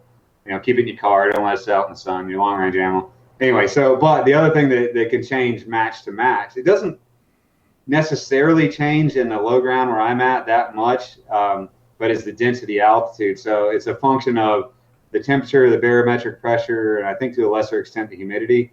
All those go into the density altitude. So you can either learn how to put in TPH, temperature, pressure, humidity, into your thing, or put in density altitude. They both come in the algorithm the same way. But that can change. I mean, if a storm comes in, the density altitude is going to drop. There's going to be less resistance, probably more wind, but less resistance as the bullet goes through. It's not going to slow down as fast. Just keeping that up to date is pretty easy. You can get on most of the apps and just find the closest airport. And if you're not, a couple thousand feet above the closest airport, you're fine. So places like Rocky Mountain, you want to get, Kestrel or something like that. But most places, just get whatever the local stuff is. Keep that up to date. And then, so that's the big condition, or that's the, one over the world conditions. After that, it is really just about reading the wind. And even if starting out as a 3-gunner, if you just learn the difference between 3, 6, 9, and 12 mile an hour wind, or if that's too much, 5, 10, 15 mile an hour wind, and kind of bracket it out to, there's a lot of reticles out there that have dots that are somewhat calibrated for a generic 5.56 round or 7.62 round. They're close enough for 3-gun. They really are, and there you can do a lot with truing a reticle to your bullet, but we can get into that much later. You want to talk about real nerdery, but generally they're close, and getting out and shooting in those conditions, letting if they're not, or running something like Straylock Pro where it's got the reticle, putting in the wind for your given conditions, because at a higher density altitude, the wind's going to have a less severe effect on the bullet at that at that speed. So, but just if you get all the right numbers into the computer, it'll actually show you like 5 mile an hour dot's really a 4 mile or 6 mile an hour dot or something like that. So you can have some of the machine do that for you, but it's all useless if you can't look downrange and see what 4, 8, 12, whatever it looks like. Yeah. How you do that is you go to the range, you do all the rest of it right, you make a guess on what the wind is. And with a good shooter, he shoots exactly what you say, you see what it is, and you reverse engineer. I called that 9 miles an hour. It was actually 7. That's what 7 looks like. You take your second. Or every time you get out of the car, you pop out your Kestrel. I think it's 11 miles an hour. 13. You know what I mean? And you can start calibrating yourself, because what 20 miles an hour looks like in West Texas looks like a hurricane in North Carolina. You know what I mean? Like there are differences in the places, and you have to learn the difference. So like there was stuff actually coming out of the trees at 20 miles an hour here. They barely move in West Texas. Yeah, at 20. that's for sure. So you do have to account for that a little bit. But I'll tell you what, if in doubt, shoot what you feel. Because if you feel a lot of wind on the left side of your face, shoot to the left side of the target. Because even if it changes down range, that bullet's going to get blown right out of the barrel. It's not like it's going to straighten when, unless enough wind blows it back the other direction. But it's a good start. Right. You can't do anything else, which is hard to read in-depth wind through a 6-power scope while on the clock. But, if in doubt, just shoot what you're feeling at the site. Just hold left edge. Hold on the target, left edge, and walk them in from there. Shoot in front of the target and walk them up from there. Another technique. I tell you what, man, it's hard to feel any wind at all on the clock for me. Yeah. And I've seen a lot of other shooters do that too, like even really good shooters. They're holding like you said, the right side of the target, and the wind shifted, and we're all standing back looking up at the American flag and like, holy shit, the wind's going the completely different direction now. And I'm sure I've been this guy too, especially shooting down south when it's dry. You're holding right, and your bullet's hitting right, and the dust comes up and flies right, but you keep holding right anyway. Yep. Hold farther right now. Nothing's telling you to hold right now, man. Everything's telling you to pay attention. I've been that guy too. I have plenty of times. It's just, like I said, it's using that, going back AAR and after action review, and coaching yourself into what did I miss? Now let's think about what it would be right. But because the signs are there. They really are there. Like if there's anything flying up at the target and you're not getting any hits, if you can see it laying down in one direction, hold the other side. Or if you can see impact, that's another part to shooting long range really well in 3, especially in 3-gun and PRS and whatnot, is having such a well-built position that you can see impact. Because if you can see impact, you're golden. If you knew where the reticle was when that gun went off, bro, that next shot's going to be a hit. It should be. Because you should be able to just move the solution, wherever that was in the reticle, onto the target. So if all else fails, just build a good position, I guess, But and then try to learn from that. But learning wind is all about getting out on the range with somebody who can shoot well and doing it. Having that formula ahead of time, and then applying it and making adjustments off what you see. Yeah. Would you say like once you have everything dialed in, like as far as like the current atmospheric condition, like density, altitude, that wind is the most important thing to think about other than gravity, I would assume? Other than the shooter himself, wind is the only real variable. I don't want to say only. I hate saying, I hate using absolute. Largest? But it's the biggest variable. there are other things that can change, granted, but yeah, wind is that thing that's constantly changing that you constantly have to account for. As a spotter outside of a tactical scenario, it's the number one thing on your mind. Once you get the guy on target, it's just all about the wind, because the up and elevation, everything else is really pretty simple.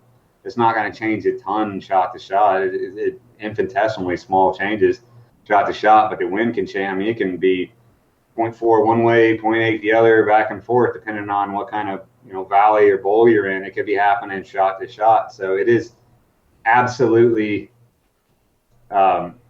it's the most dynamic part of shooting outside of the shooter, actually keeping the gun on target. Mm-hmm. Yeah, and yeah, I think I stand by that. So say that you're on deck on a rifle stage, you personally, and you're holding your rifle, you're waiting to make ready for long range. You're going to have a bunch of shotgun and pistol in between. You're watching the guy ahead of you finish up on the long range. What are you paying attention to?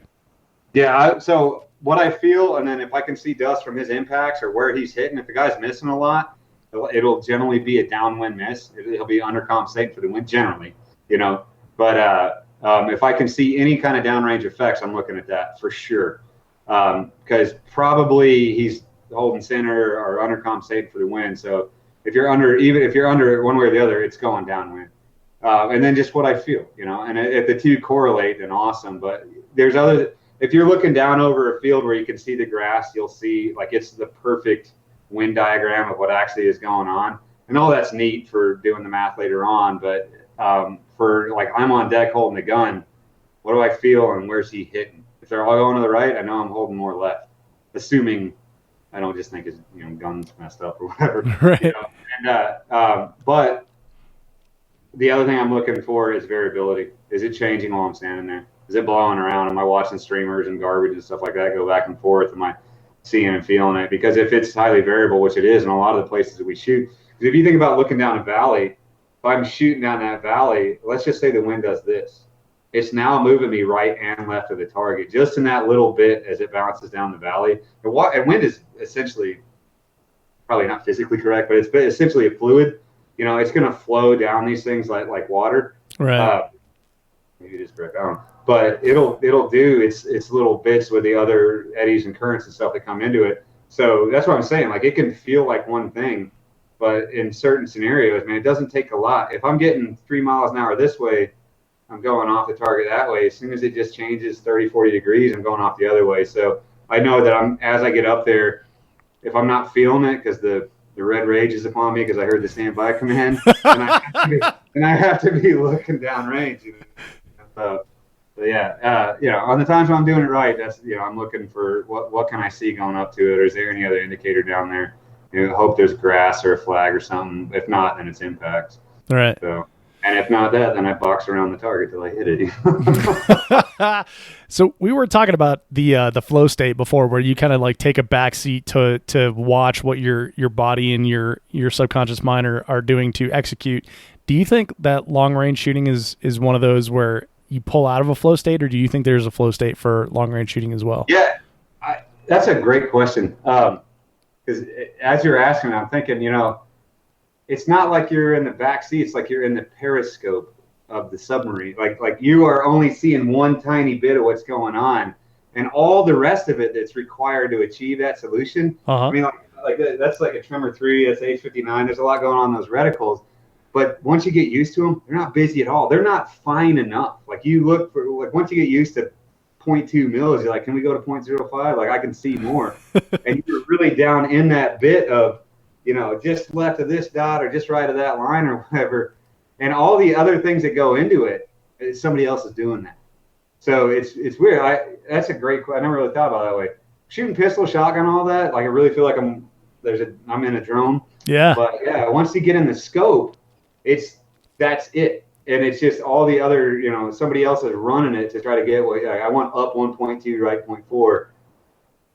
Get it there, all right, now shoot, you know what I mean? I like that analogy. That's good.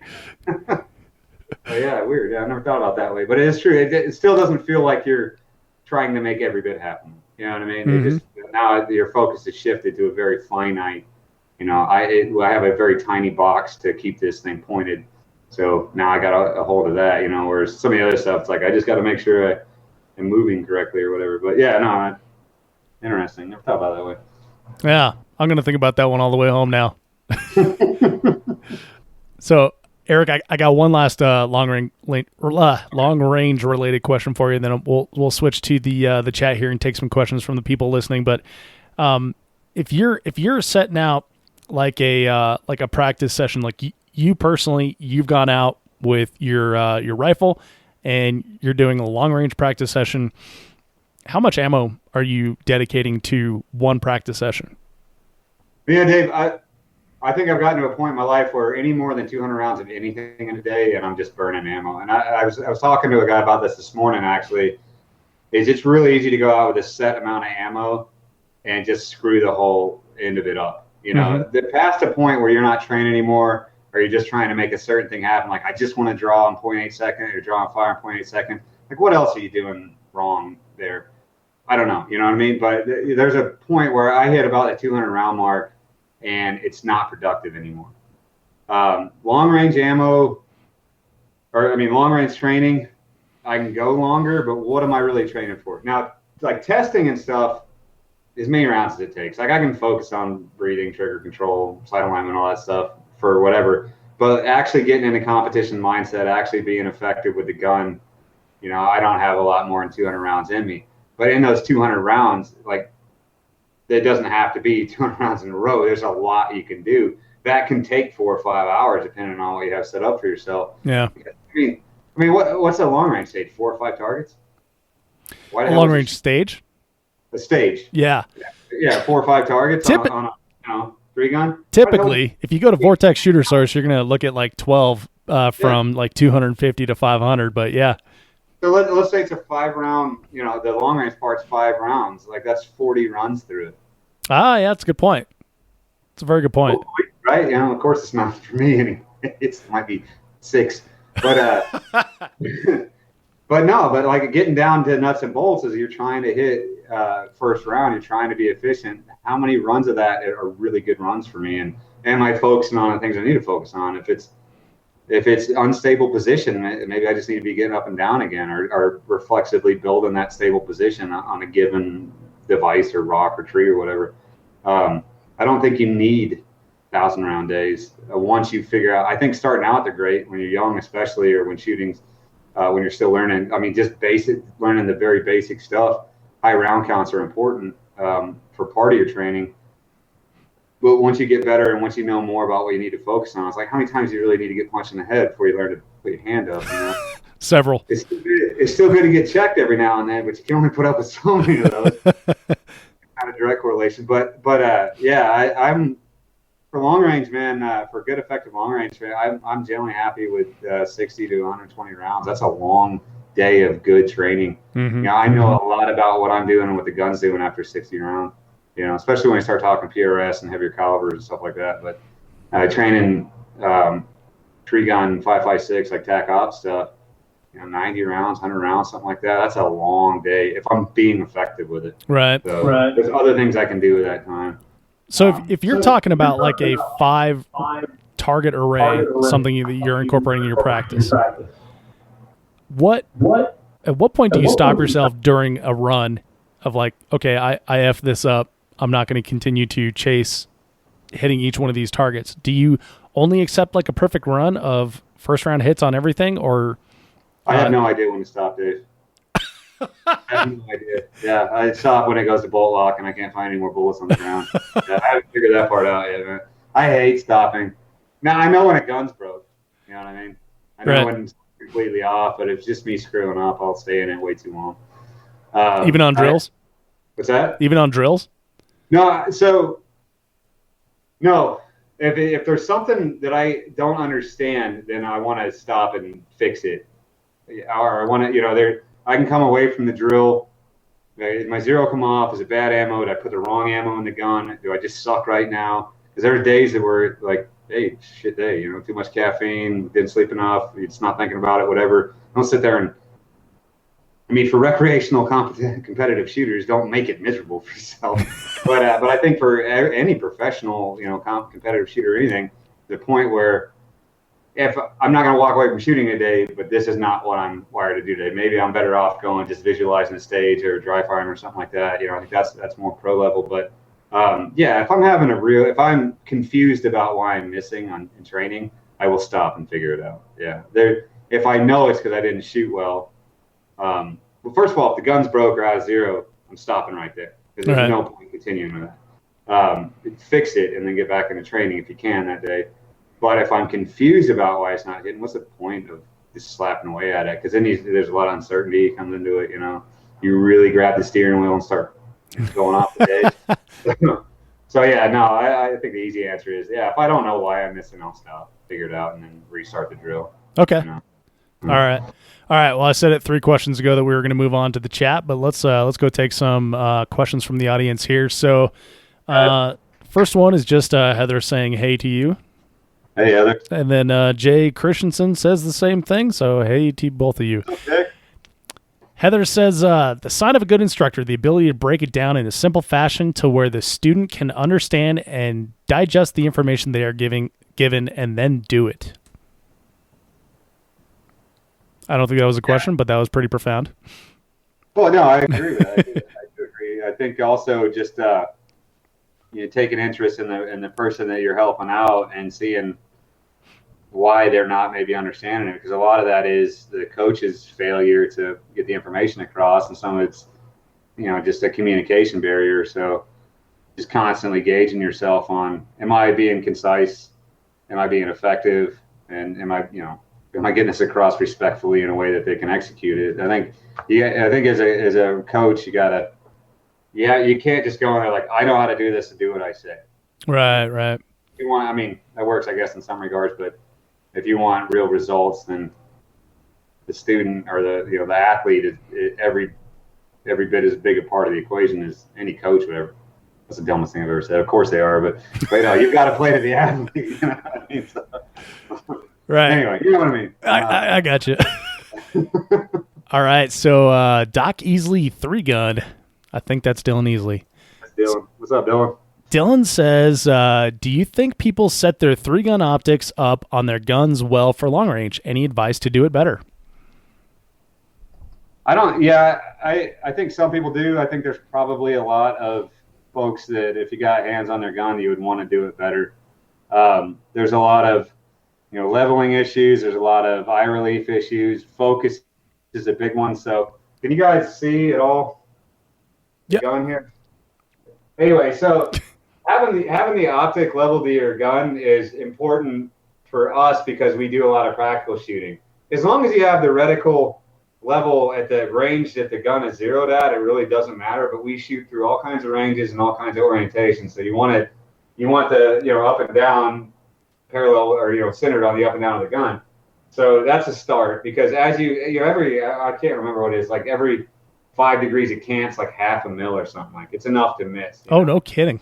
So when you're canting the gun to get the scope level or vice versa, you can start inducing some issues because all you're really doing when you're zeroing a scope is you're bringing the two online left and right, and then you're bringing the gun up to where the bullet hits a point that you're looking at with the scope, right? So when those are off, they only work in that one specific plane or that one specific range. So for practical use, go ahead. I was just making a noise that says I'm listening. So for practical use, we want it level to the gun, and there's all kinds of ways around it, but honestly, the most versatile way to do it is make sure it's set up with the gun. Other things that we have to worry about is eye relief. Now, if you don't have like a big scope like this with parallax adjustment, you want a consistent head placement where you're centered in the back of the scope, because at range, the way you're looking through all these lenses set up in the erector tube can cause the target to shift in relation to the reticle, right? So we want proper fitment of the gun or very consistent head placement, either way. And then we want proper eye relief to where we're not having to move our head around a lot to get a full sight picture in there. Trick though, you don't have the ability to adjust parallax and you really want to know if you're centered, you back your head off a little bit and get scope shadow and center the scope shadow. And that guarantees you that you're centered. So if you ever think it's a parallax issue, you either don't have the time or the ability to adjust it, back up a little bit, get a little shadow, and center that evenly all around, and you are dead center in the scope when you do that. So it can work both ways. But one of the big things I think is overlooked a lot, especially newer shooters, is focusing the reticle. So it's super important. First, second focal plane doesn't matter. If you're having to work between two planes where you focus on the target and the reticle's out of focus and vice versa, you're very rarely going to be accurate over time. So it is paramount that you focus the reticle to your eye. So that's back here with the objective focus. I should have known this, right? But anyway, so making sure that's straight. And there's all kinds of drills to do it. Find it online. I'm not going to bore you with it now. But getting that straight. I will say this, for second focal plane 3-gun scopes, learn the difference between your close range and your long range reticle focus and decide if you want to change it, because I often do. And if you're not going to change it, set it to long range and leave it there, because it doesn't matter at close range that much. So those are the biggies that for setup. Don't get cheap mounts. Don't put a garbage mount on a $2,000 scope. I mean, this is the interface between your eye and the target. Like all goes through here. So don't waste money on cheap mounts. This is a Spur. Really can't get a lot better than that. But Leopold Warren, there's a lot of good ones out there. Geisler, JP, there's a lot of good ones out there. Spend the money. It will last forever. You'll never break it. You'll go through all kinds of scopes, but spend the money on that. It's probably the one thing you keep too, right? You always change rifles, you always change scopes, but that mount will go on damn near everything. Totally worth it. It seems like, why the hell would I pay $400 or $500 for something? It's like you'll keep it. It won't wear out. You ain't gonna. I could rappel off this thing, and all the other mounts. I think it's Spur on that one too. But yeah, spend the money on a mount, because you don't want more flex than what's required for the scope in a mount, giving you all kinds of uncertainty. So if it's not, and also learn how to mount one properly, like moving it forward because of recoil and all that. I'm not going to go into it much more, but just get online. There's a former Army, I think, Ranger sniper instructor that has a great video. It's, I think, American Shooting Sports or something. It's perfect. It's the right answer. Just do that. Just do that starting out, But yeah, so those are some of the things, fitment, parallax, objective focus, and level into the gun's important for what we do practically, moving around a lot, different angles and stuff. So those kind of things. Hopefully that answered that. If you got more questions, hit me up. Yeah, it absolutely did. All right, so then the last one, Mike Sexton joins us, and he says, just saw that he was on. Yeah, hey, Mike. Mike says, just saw that he was on. Is there beer involved? No, just coffee. Just coffee? And Mike says, good stuff. Mike, good to see you, man. Kind of. Good to see you chatting. That's what I meant. Yeah. So Mike and I did Dagger. We ran the Dagger match down there 2 weeks ago. Yeah, man, we've got a little bit of time left, so let's talk about that briefly. So Task Force Dagger came back. It was a match, a legendary match, and then came back for the first time in a couple years at the Clinton House, right? Clinton House, yeah. Oh wow, what an event! First of all, I can't say this enough to the staff, especially the ROs, everybody that helped out. You guys are killers. But that was hotter than it needed to be. I got all kinds of colorful things to say, but I don't know the rating here. We couldn't have done it without you. So thank you very much. It really, a lot of credit goes out to the guys that staffed the match. It took a little while to get things going with the match. There were some staff changes towards the end there. Once we got underway, we all kind of agreed on a theme. It came together. I think it was the right mix of physicality for the given audience, and the right level of speed, right level of accuracy. The heat added what it needed to add. It's got to be miserable one way or the other to be Dagger, right? If it's not 40 degrees and 40 miles an hour, then it's going to be a million. We had that going. Thanks a lot to the guys at Clinton House for donating. What they donated of the land. Everybody, all the sponsors, thank you so much. It was a phenomenal prize table. I'm not going to give numbers because I don't remember them, but well in excess of most of what I've seen going on elsewhere. I wish I had a list, honestly, but I was happy with the way it turned out, and it seems like the shooters were. Again, I state, like I said to the shooters down there, any issues with it, hit me up. I'm always open for comments. But yeah, I can't wait to see it happen again. Maybe even be a part of it happening again next year. So yeah, Dylan is in the chat still, and he says Task Force Dagger was awesome. It is a must hit for 2019. Awesome. we'll see how they're doing. Yeah. Yeah, so I had really bad FOMO on this one, fear of missing out. So I'm going to have to put that on my calendar for 2019 as well. Look like kicking the pants. Yeah, we don't want it to be, we'll try to make it just as hot for you. How's that? Actually, for anybody listening, we talked about moving it. I don't know if it's going to happen. It really comes down to scheduling, but to where it's not like almost too hot to die. But we'll see where it winds up, and you guys will know when we know. Yeah, I love the way the country puts together 3-gun matches, like we do. Minnesota in March, and then Texas in July. You're like, what the hell's going on here? Yeah, it's like we're keeping the worst conditions in sight at all times. I know. Misery around. Like, let's do Nebraska in January while we're at it. That sounds terrible. All right, man. Well, so the other match that you were involved in recently is the Duskin, and now this is a unique match that not a lot of people have heard about. Why don't you give us a little bit of background on it? So, a good friend of mine, one of our best, one of our iconic warriors, Mike Duskin, was killed in combat in 2012. Killed taking it to him too. Like, you wouldn't believe the story, but anybody that knew him would be like, that's about what I expected. Phenomenal warrior, but also a great shooter, great dad, great leader, coach. One of the things that he did a lot was he competed. He espoused the idea of competition shooting as a way to get better. He competed in other realms too. He did. He was into jiu-jitsu and all that. Giant of a man, giant personality, strong, brave kind of guy. And when he fell in combat, it kind of opened a hole in what we had. So a couple of guys, I don't think I can say specifically who they are because they're still working, got it in mind that, hey, we should do a match to honor him. It was a great idea, and the work they put into just getting it permissible was Herculean. Right, because this is on a base, right? On base, yeah, and on base with several caveats that it's going to be primarily military, but we want to invite civilian competition shooters because it's a good way for the guys to test themselves against them and also see that there are other fast ways to shoot and just intermingle it too, because Mike shot competitions as well as he trained constantly. So that was the whole theory, and then also that nobody would make any money off this except for the family or the foundation.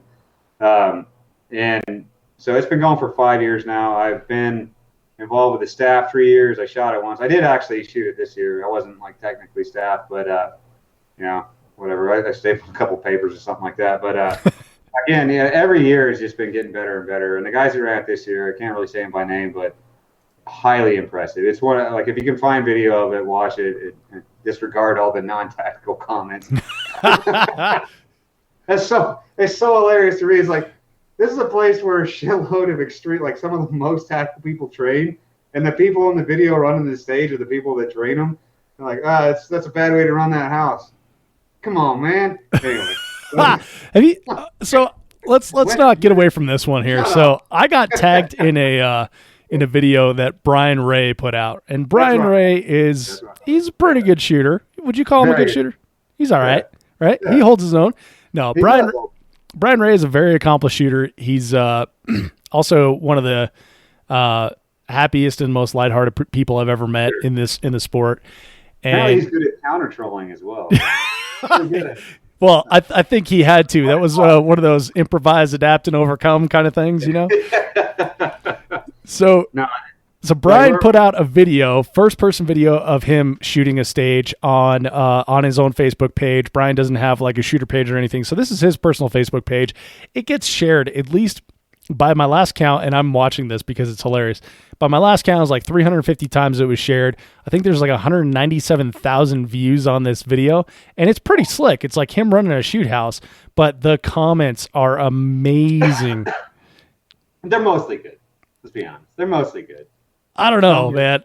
Oh, I haven't delved too deep into it. The last time I got on there and did what I said never do, don't feed the trolls. Like they were mostly okay, but yeah.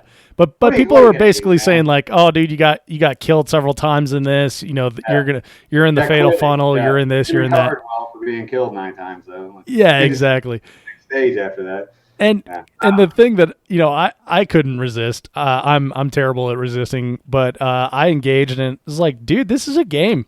And I know you're big bad Johnny, killer from your Facebook page here, but Johnny, I never did anything in my life. Yeah. Yeah, exactly. And that's the conversation I had with Brian, is like the dudes that I know that I've heard the most about were from other people. They never boast or brag. And there was some boasters and braggers on Brian's page telling him how he was going to get killed. Let me walk back what I just said, because I think there is a lot of people out there, or there are a lot of people out there that have done plenty of things, but that there's a disconnect between what we're doing. And I regret saying what I just said, because that's part of this whole thing. Like, that's part of our conversation. It's part of what we do is to bridge the gap. Learning how to shoot fast and accurate, or getting more comfortable with a unfamiliar platform, is part of the positive. And if you don't want to do it, or if you think it's corny or whatever, I get it. I can understand that, but it's not. And a lot of very valid techniques have come out of it. Like, who do you think that the baddest dudes in the country are paying to come out and teach them shoot faster? People that shoot fast. Yeah. Not tack wizards, because those are the dudes standing there getting the class, But yeah, no, I really regret saying that. I don't mean that disparagingly. There's probably a lot of people there's probably some people commenting that have done some things, but my point is that it's worth checking out. Like This is an avenue to get better that you don't have to if you don't want to, but chances are you're not going to outshoot most of these people. I'm serious. You're just not. To whomever is making these if you don't show up and learn how to find the next gear or whatever, and then learn how to apply it to what you already do, then you're probably going to get outshot by these people when they show up. Yeah. Well, and that was the position that I was taking as well. Is like, hey, you know what? Come out, try this. Yeah, you will be humbled, but you're going to have a great time. And the guy that you're making fun of right now for walking into the fatal funnel is going to be one of the people that's going to help you through this match and help you have the time of your life. And I'll throw this out there. I'll come out to your range and throw sandbags and stuff around, and whatever you can CrossFit me to death or whatever, and we can shoot under stress. I'm down for that too. I think there's a middle ground in there. I don't think one precludes the other, like I said earlier. So yeah, trigger time is great. Well, and then the big irony is that Duskin, Mr. Duskin, I don't know his first name. Mike. So Mike Duskin, the one that the match was put on for, that people are questioning Brian's techniques on, he's a big proponent of competition shooting and a true American hero. Yeah. Oh, and fitness and all the other stuff, and extremely realistic tactical training. He was a consummate warrior, and he spent his free time competing or getting better at shooting, or we trained together multiple times, and it came down to the conversations on technique versus tactics, and where does this apply before we did it and all that. He was a Renaissance warrior, and and it wouldn't be the guy that you have an argument with about is this really valid, for two reasons. One, he out arguing, and two, he could pick you up by your head. So but if anything validates it, is the people like that, and then just the participation in the match. That everybody, 80% of that match is people that if they haven't just got back from the real deal, they're probably headed there soon. Just the nature of the place where it's held. Where guys, they're half the people in that match, I would take advice from immediately. I would listen to every story they had to say and learn something every time they talk. And so that's why, like I said, I shouldn't have got emotional about it. Oh, that's all right. I riled you up. Just blame it on me. It's okay. Yeah. Well, Eric, we've been all over the map here, man. We've covered some amazing topics. Got a couple last questions before I let you get on with your evening, so you can go have dinner. And because I saw in the chat here that's going to be happening pretty soon. So, really? Yep. So, Eric, where do you see the sport of three-gun headed? Well, I think I wouldn't be surprised as if we move forward in the short term, we don't see it the way it's kind of diversified now. If we don't see that as kind of congeal or coalesce into like a physical shooting sport, which is stuff I've talked with other guys about, like kind of a 3-gun summer biathlon kind of thing, and then other parts of it getting away from that because the audience is also wants like the USPSA style. I wouldn't be surprised if we don't see that, or like more of a PRS take where it's pistol, carbine, rifle. See that take off a little more because PRS is growing. PCC is blowing up. I don't know what that's gonna do to it, but I think I wouldn't be surprised if in the short term we see it kind of go out into these nodes of different sports that are interrelated but separate, and then other organizations try to take hold of those individuals. But I think eventually it'll come back to one or two kind of sports. What did people really enjoy the most? What are people coming to the most kinds of matches? And it'll kind of make its market correction as it goes forward. But I think it's in the process of diversifying towards finding what most people want to do most often, and that could be terrain based, regionally based, whatever. But yeah, I think it's going to get a little weirder before it's going to get a little more diversified before it gets homogenized, personally. Right. What do you think about? I love it. So. What do you think about like a carbine PCC rifle match? So a carbine, a PCC, and a long gun. Yeah. Yeah, no, I mean, I think there's a lot of overlapping skills there. I think you can diversify it, like PCC or rifle carbine or something like that, kind of like what we're already seeing. But, I mean, a format like that, you'd just be open to the creativity of the master director and the range master. You could do a lot of really neat things with that. There's a lot of stuff you can do with PCC that you can't do with a rifle up close. Yeah, for sure. Like close steel. Super close steel. Yeah, super close steel, all that, different kind of shoot house and range limitations are there. And then carbine gives you out to a certain range. And then especially when you start adding options in, do I want to gamble on, you put the carbine far enough away for like a 200-meter shot. It's like, is it worth going up to get it when I can try to take it down like PCC or do the same thing with the long gun or whatever? It really, a creative master director, range master could make some really neat stages based on those gambles, So yeah, I think that'd be neat with the proper people running it. So. Yeah, sounds like a kick in the pants. Yeah, right. Get on that, Eric. All right. So in regards to the sport of 3-gun, what's the best piece of advice that you've ever received? Watching your show, I think everybody's covered the good parts. Just show up, just talk to the shooters, train with guys, watch people know what they're doing, be friendly, be a cool guy and talk to folks, be helpful, all those things. You're going to come up real fast in the sport. So all of that notwithstanding, once you get past that, where you get into the sport, look at your mental game and learn about your mental game. So, we can, if it was just a matter of shooting fast, we could have robots do it. But, the mental game is very key. So read books, get with coaches, get with good shooters, and ask them the questions that nobody's asking about.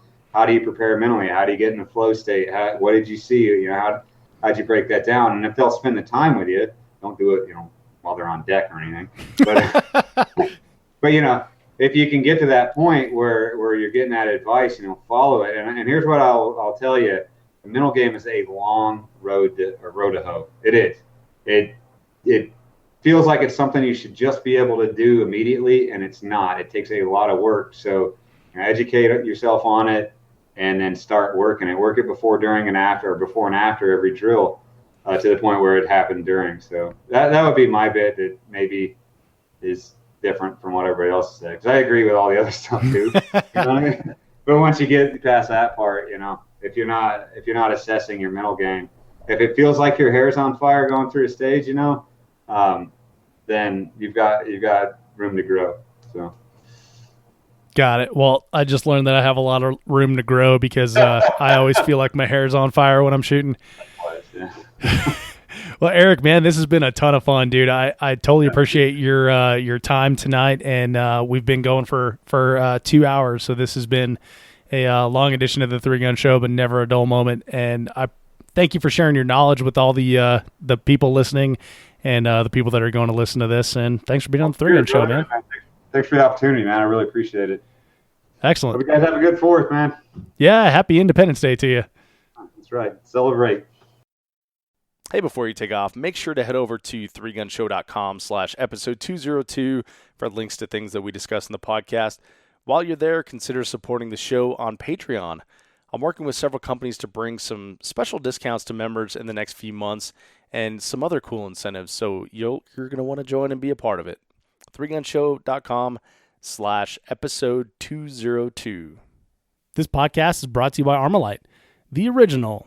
Armalite rifles put the AR in AR-15. The rifles themselves come with 1 8 twist barrels, match barrels, 18-inch or 13.5-inch with a 15-inch or 12.5-inch handguard, Timney trigger, Luth AR stock, adjustable gas system, tunable comp, a patented tunable comp. This thing's ready to go right out of the box for a 3-gun with no additional modifications other than putting on a nice optic. I myself use a Vortex Viper PST 1-6 when I'm shooting TAC Ops or their Spitfire when I'm shooting limited. Check them out at armalite.com. Quick reminder that if you enjoyed this episode of the podcast, subscribe in iTunes, Google Play, Podcast Addict, or wherever you get your podcast content, so you will always get the very latest. Thank you so much for downloading, listening, and subscribing to the show. I'm Dave Hartman, and I'll see you on the range.